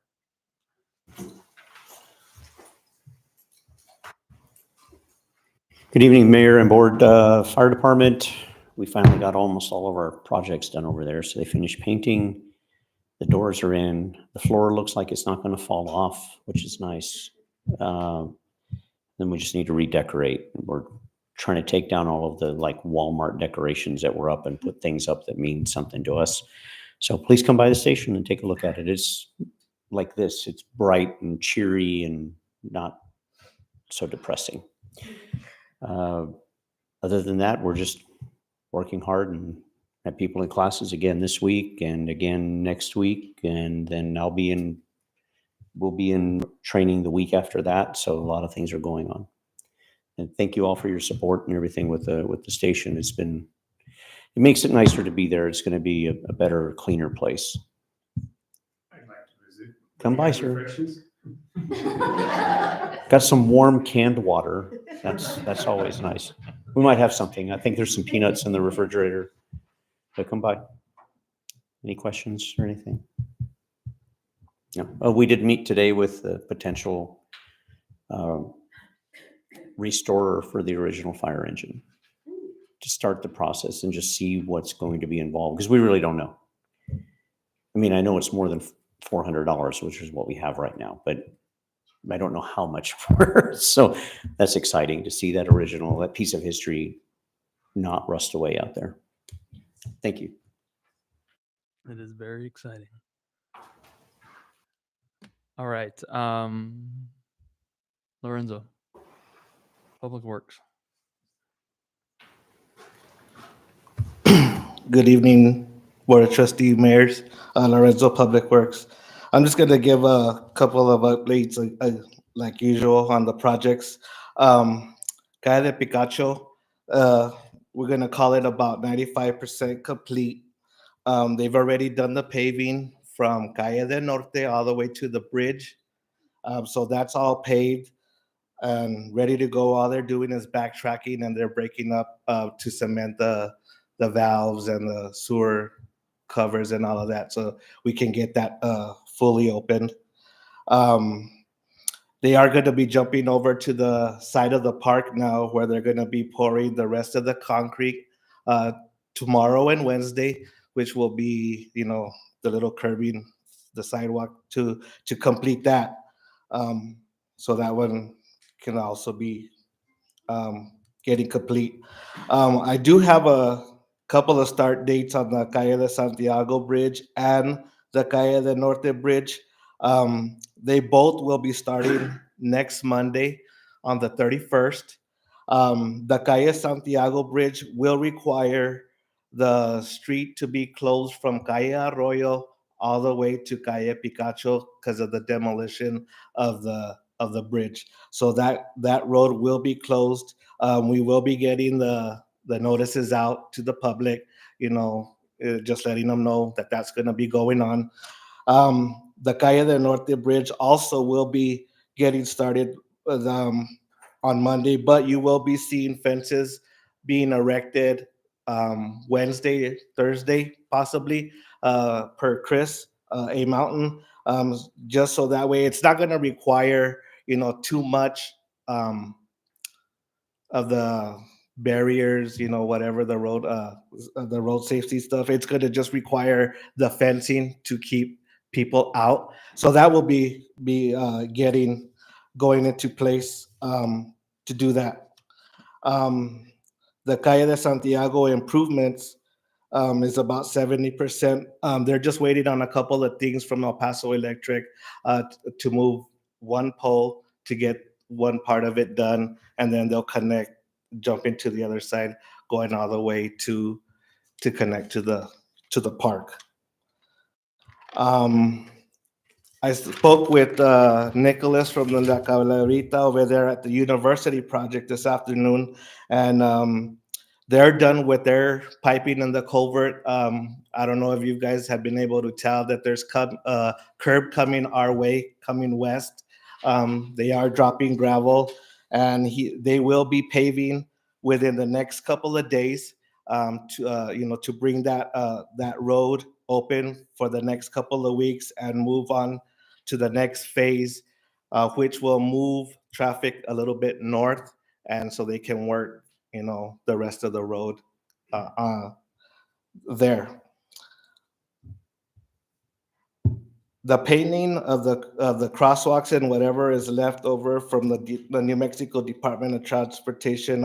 I talked to Terry today also too, and that will be possibly finishing up Thursday, Friday, depending on the weather, if not early next week.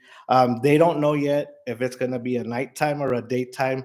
They would rather take it on the nighttime with less traffic and easier to work with, but that'll also be put out to the public for notice.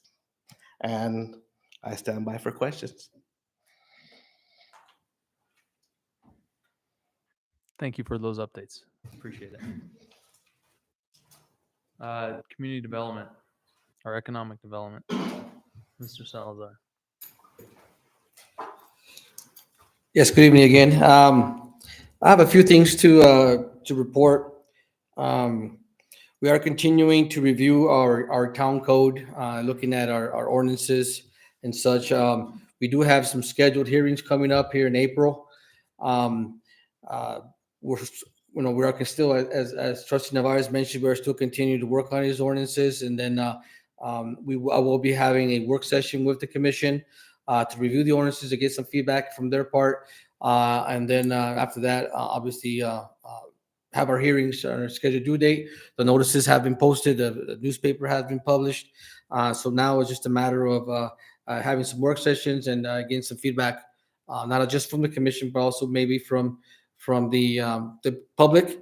I am going to be posting the proposed ordinances, the drafts online, so that the public can also review before the hearing. So in case they have any concerns or questions, they can bring them up as well. So we're working on that. Part of the ordinances, there's some already scheduled, arts and culture.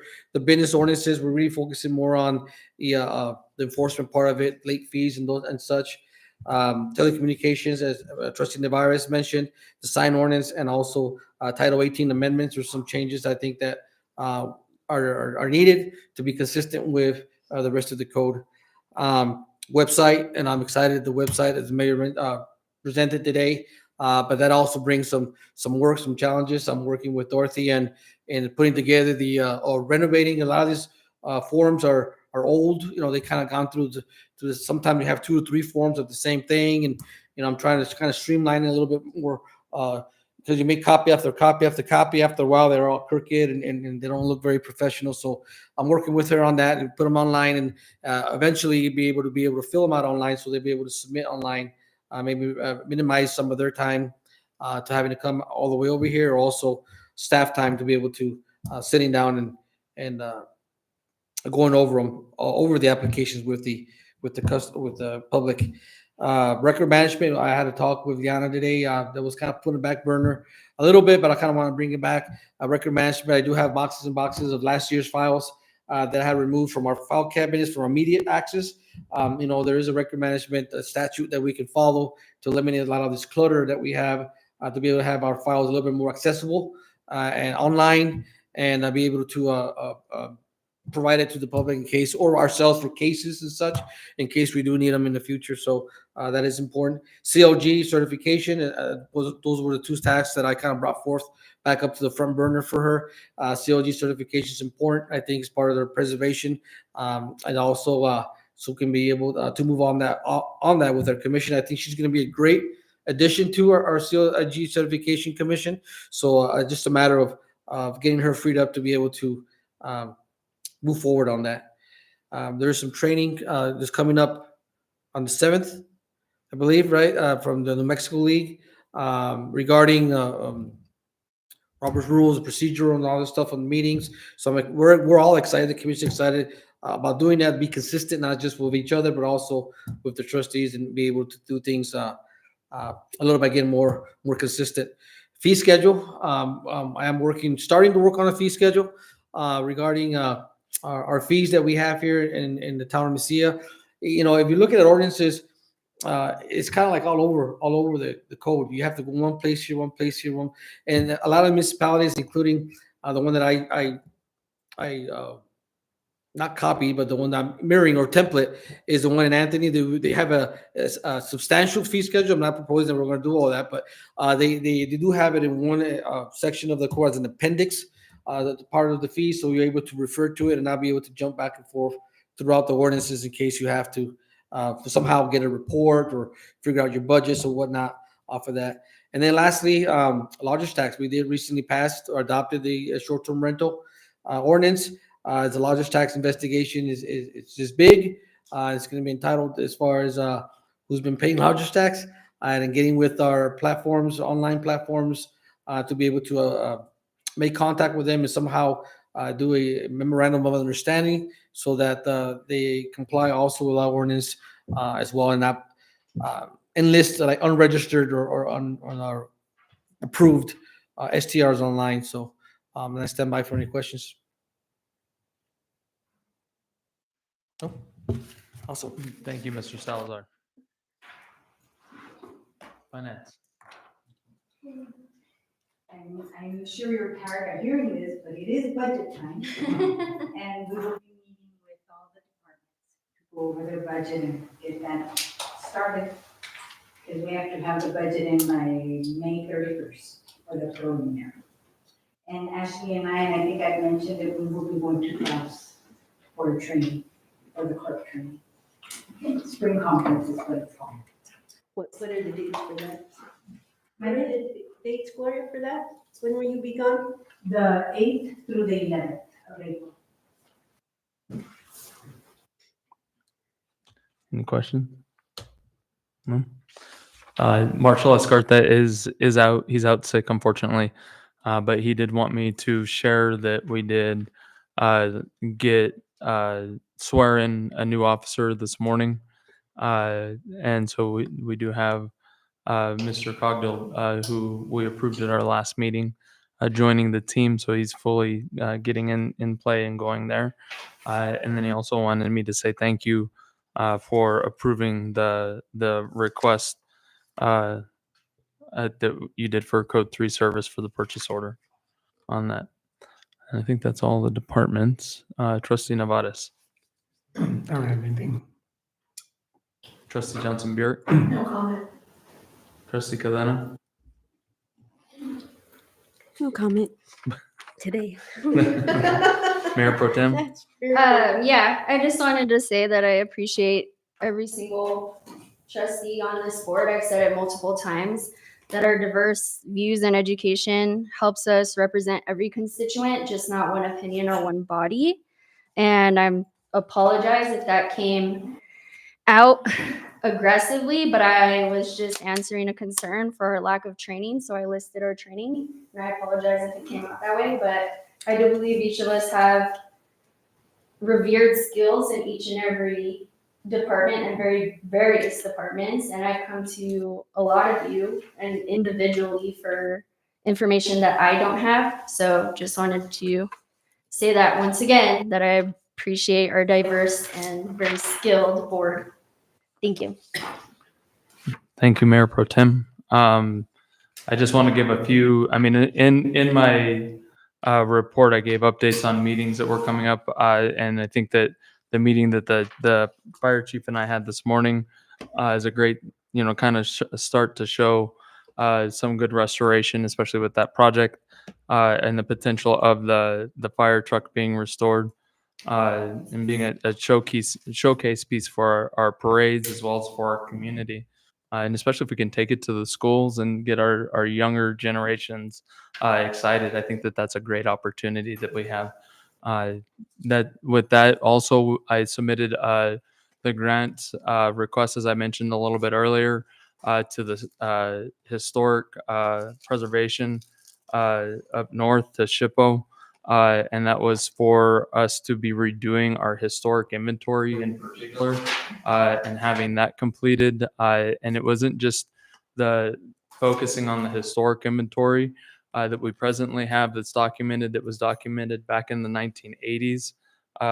It was originally documented back in the 80s.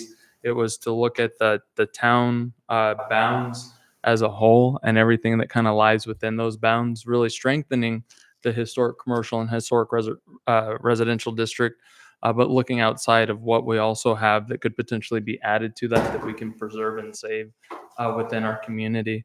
As I mentioned, as well as the signage inventory for the historic commercial zone was a part of that application as well.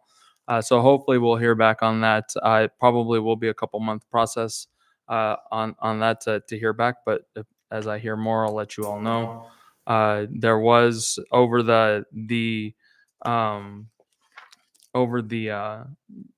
the federal budget being approved. Sorry, it wasn't approved.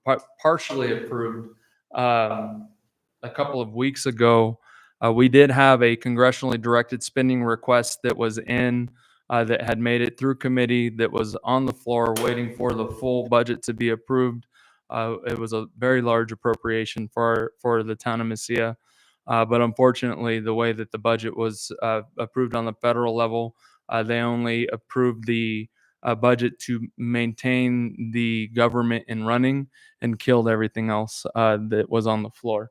So unfortunately, our congressionally directed spending that we were going to be receiving or potentially receiving for our community, we no longer will be up for that. But all of the congressional offices did reach out to me immediately because they do have their application cycles open right now. So I did resubmit with them because that's what they encourage to do. So today we did have Congressman Vasquez. I had his submitted, and then by the 1st, I'll have Senator Heinrich and Senator Lujan's congressionally directed spending requests submitted as well. So some exciting things there. I do want to say that the session also ended this last Saturday. It was a 60-day session, so I know all of our local legislators are probably glad to be back home because that 60 days is a very, very long session. But I do want to share with you that in that session, we did, or through capital projects and the push that we all made, we got a total appropriation for $827,000 for our community.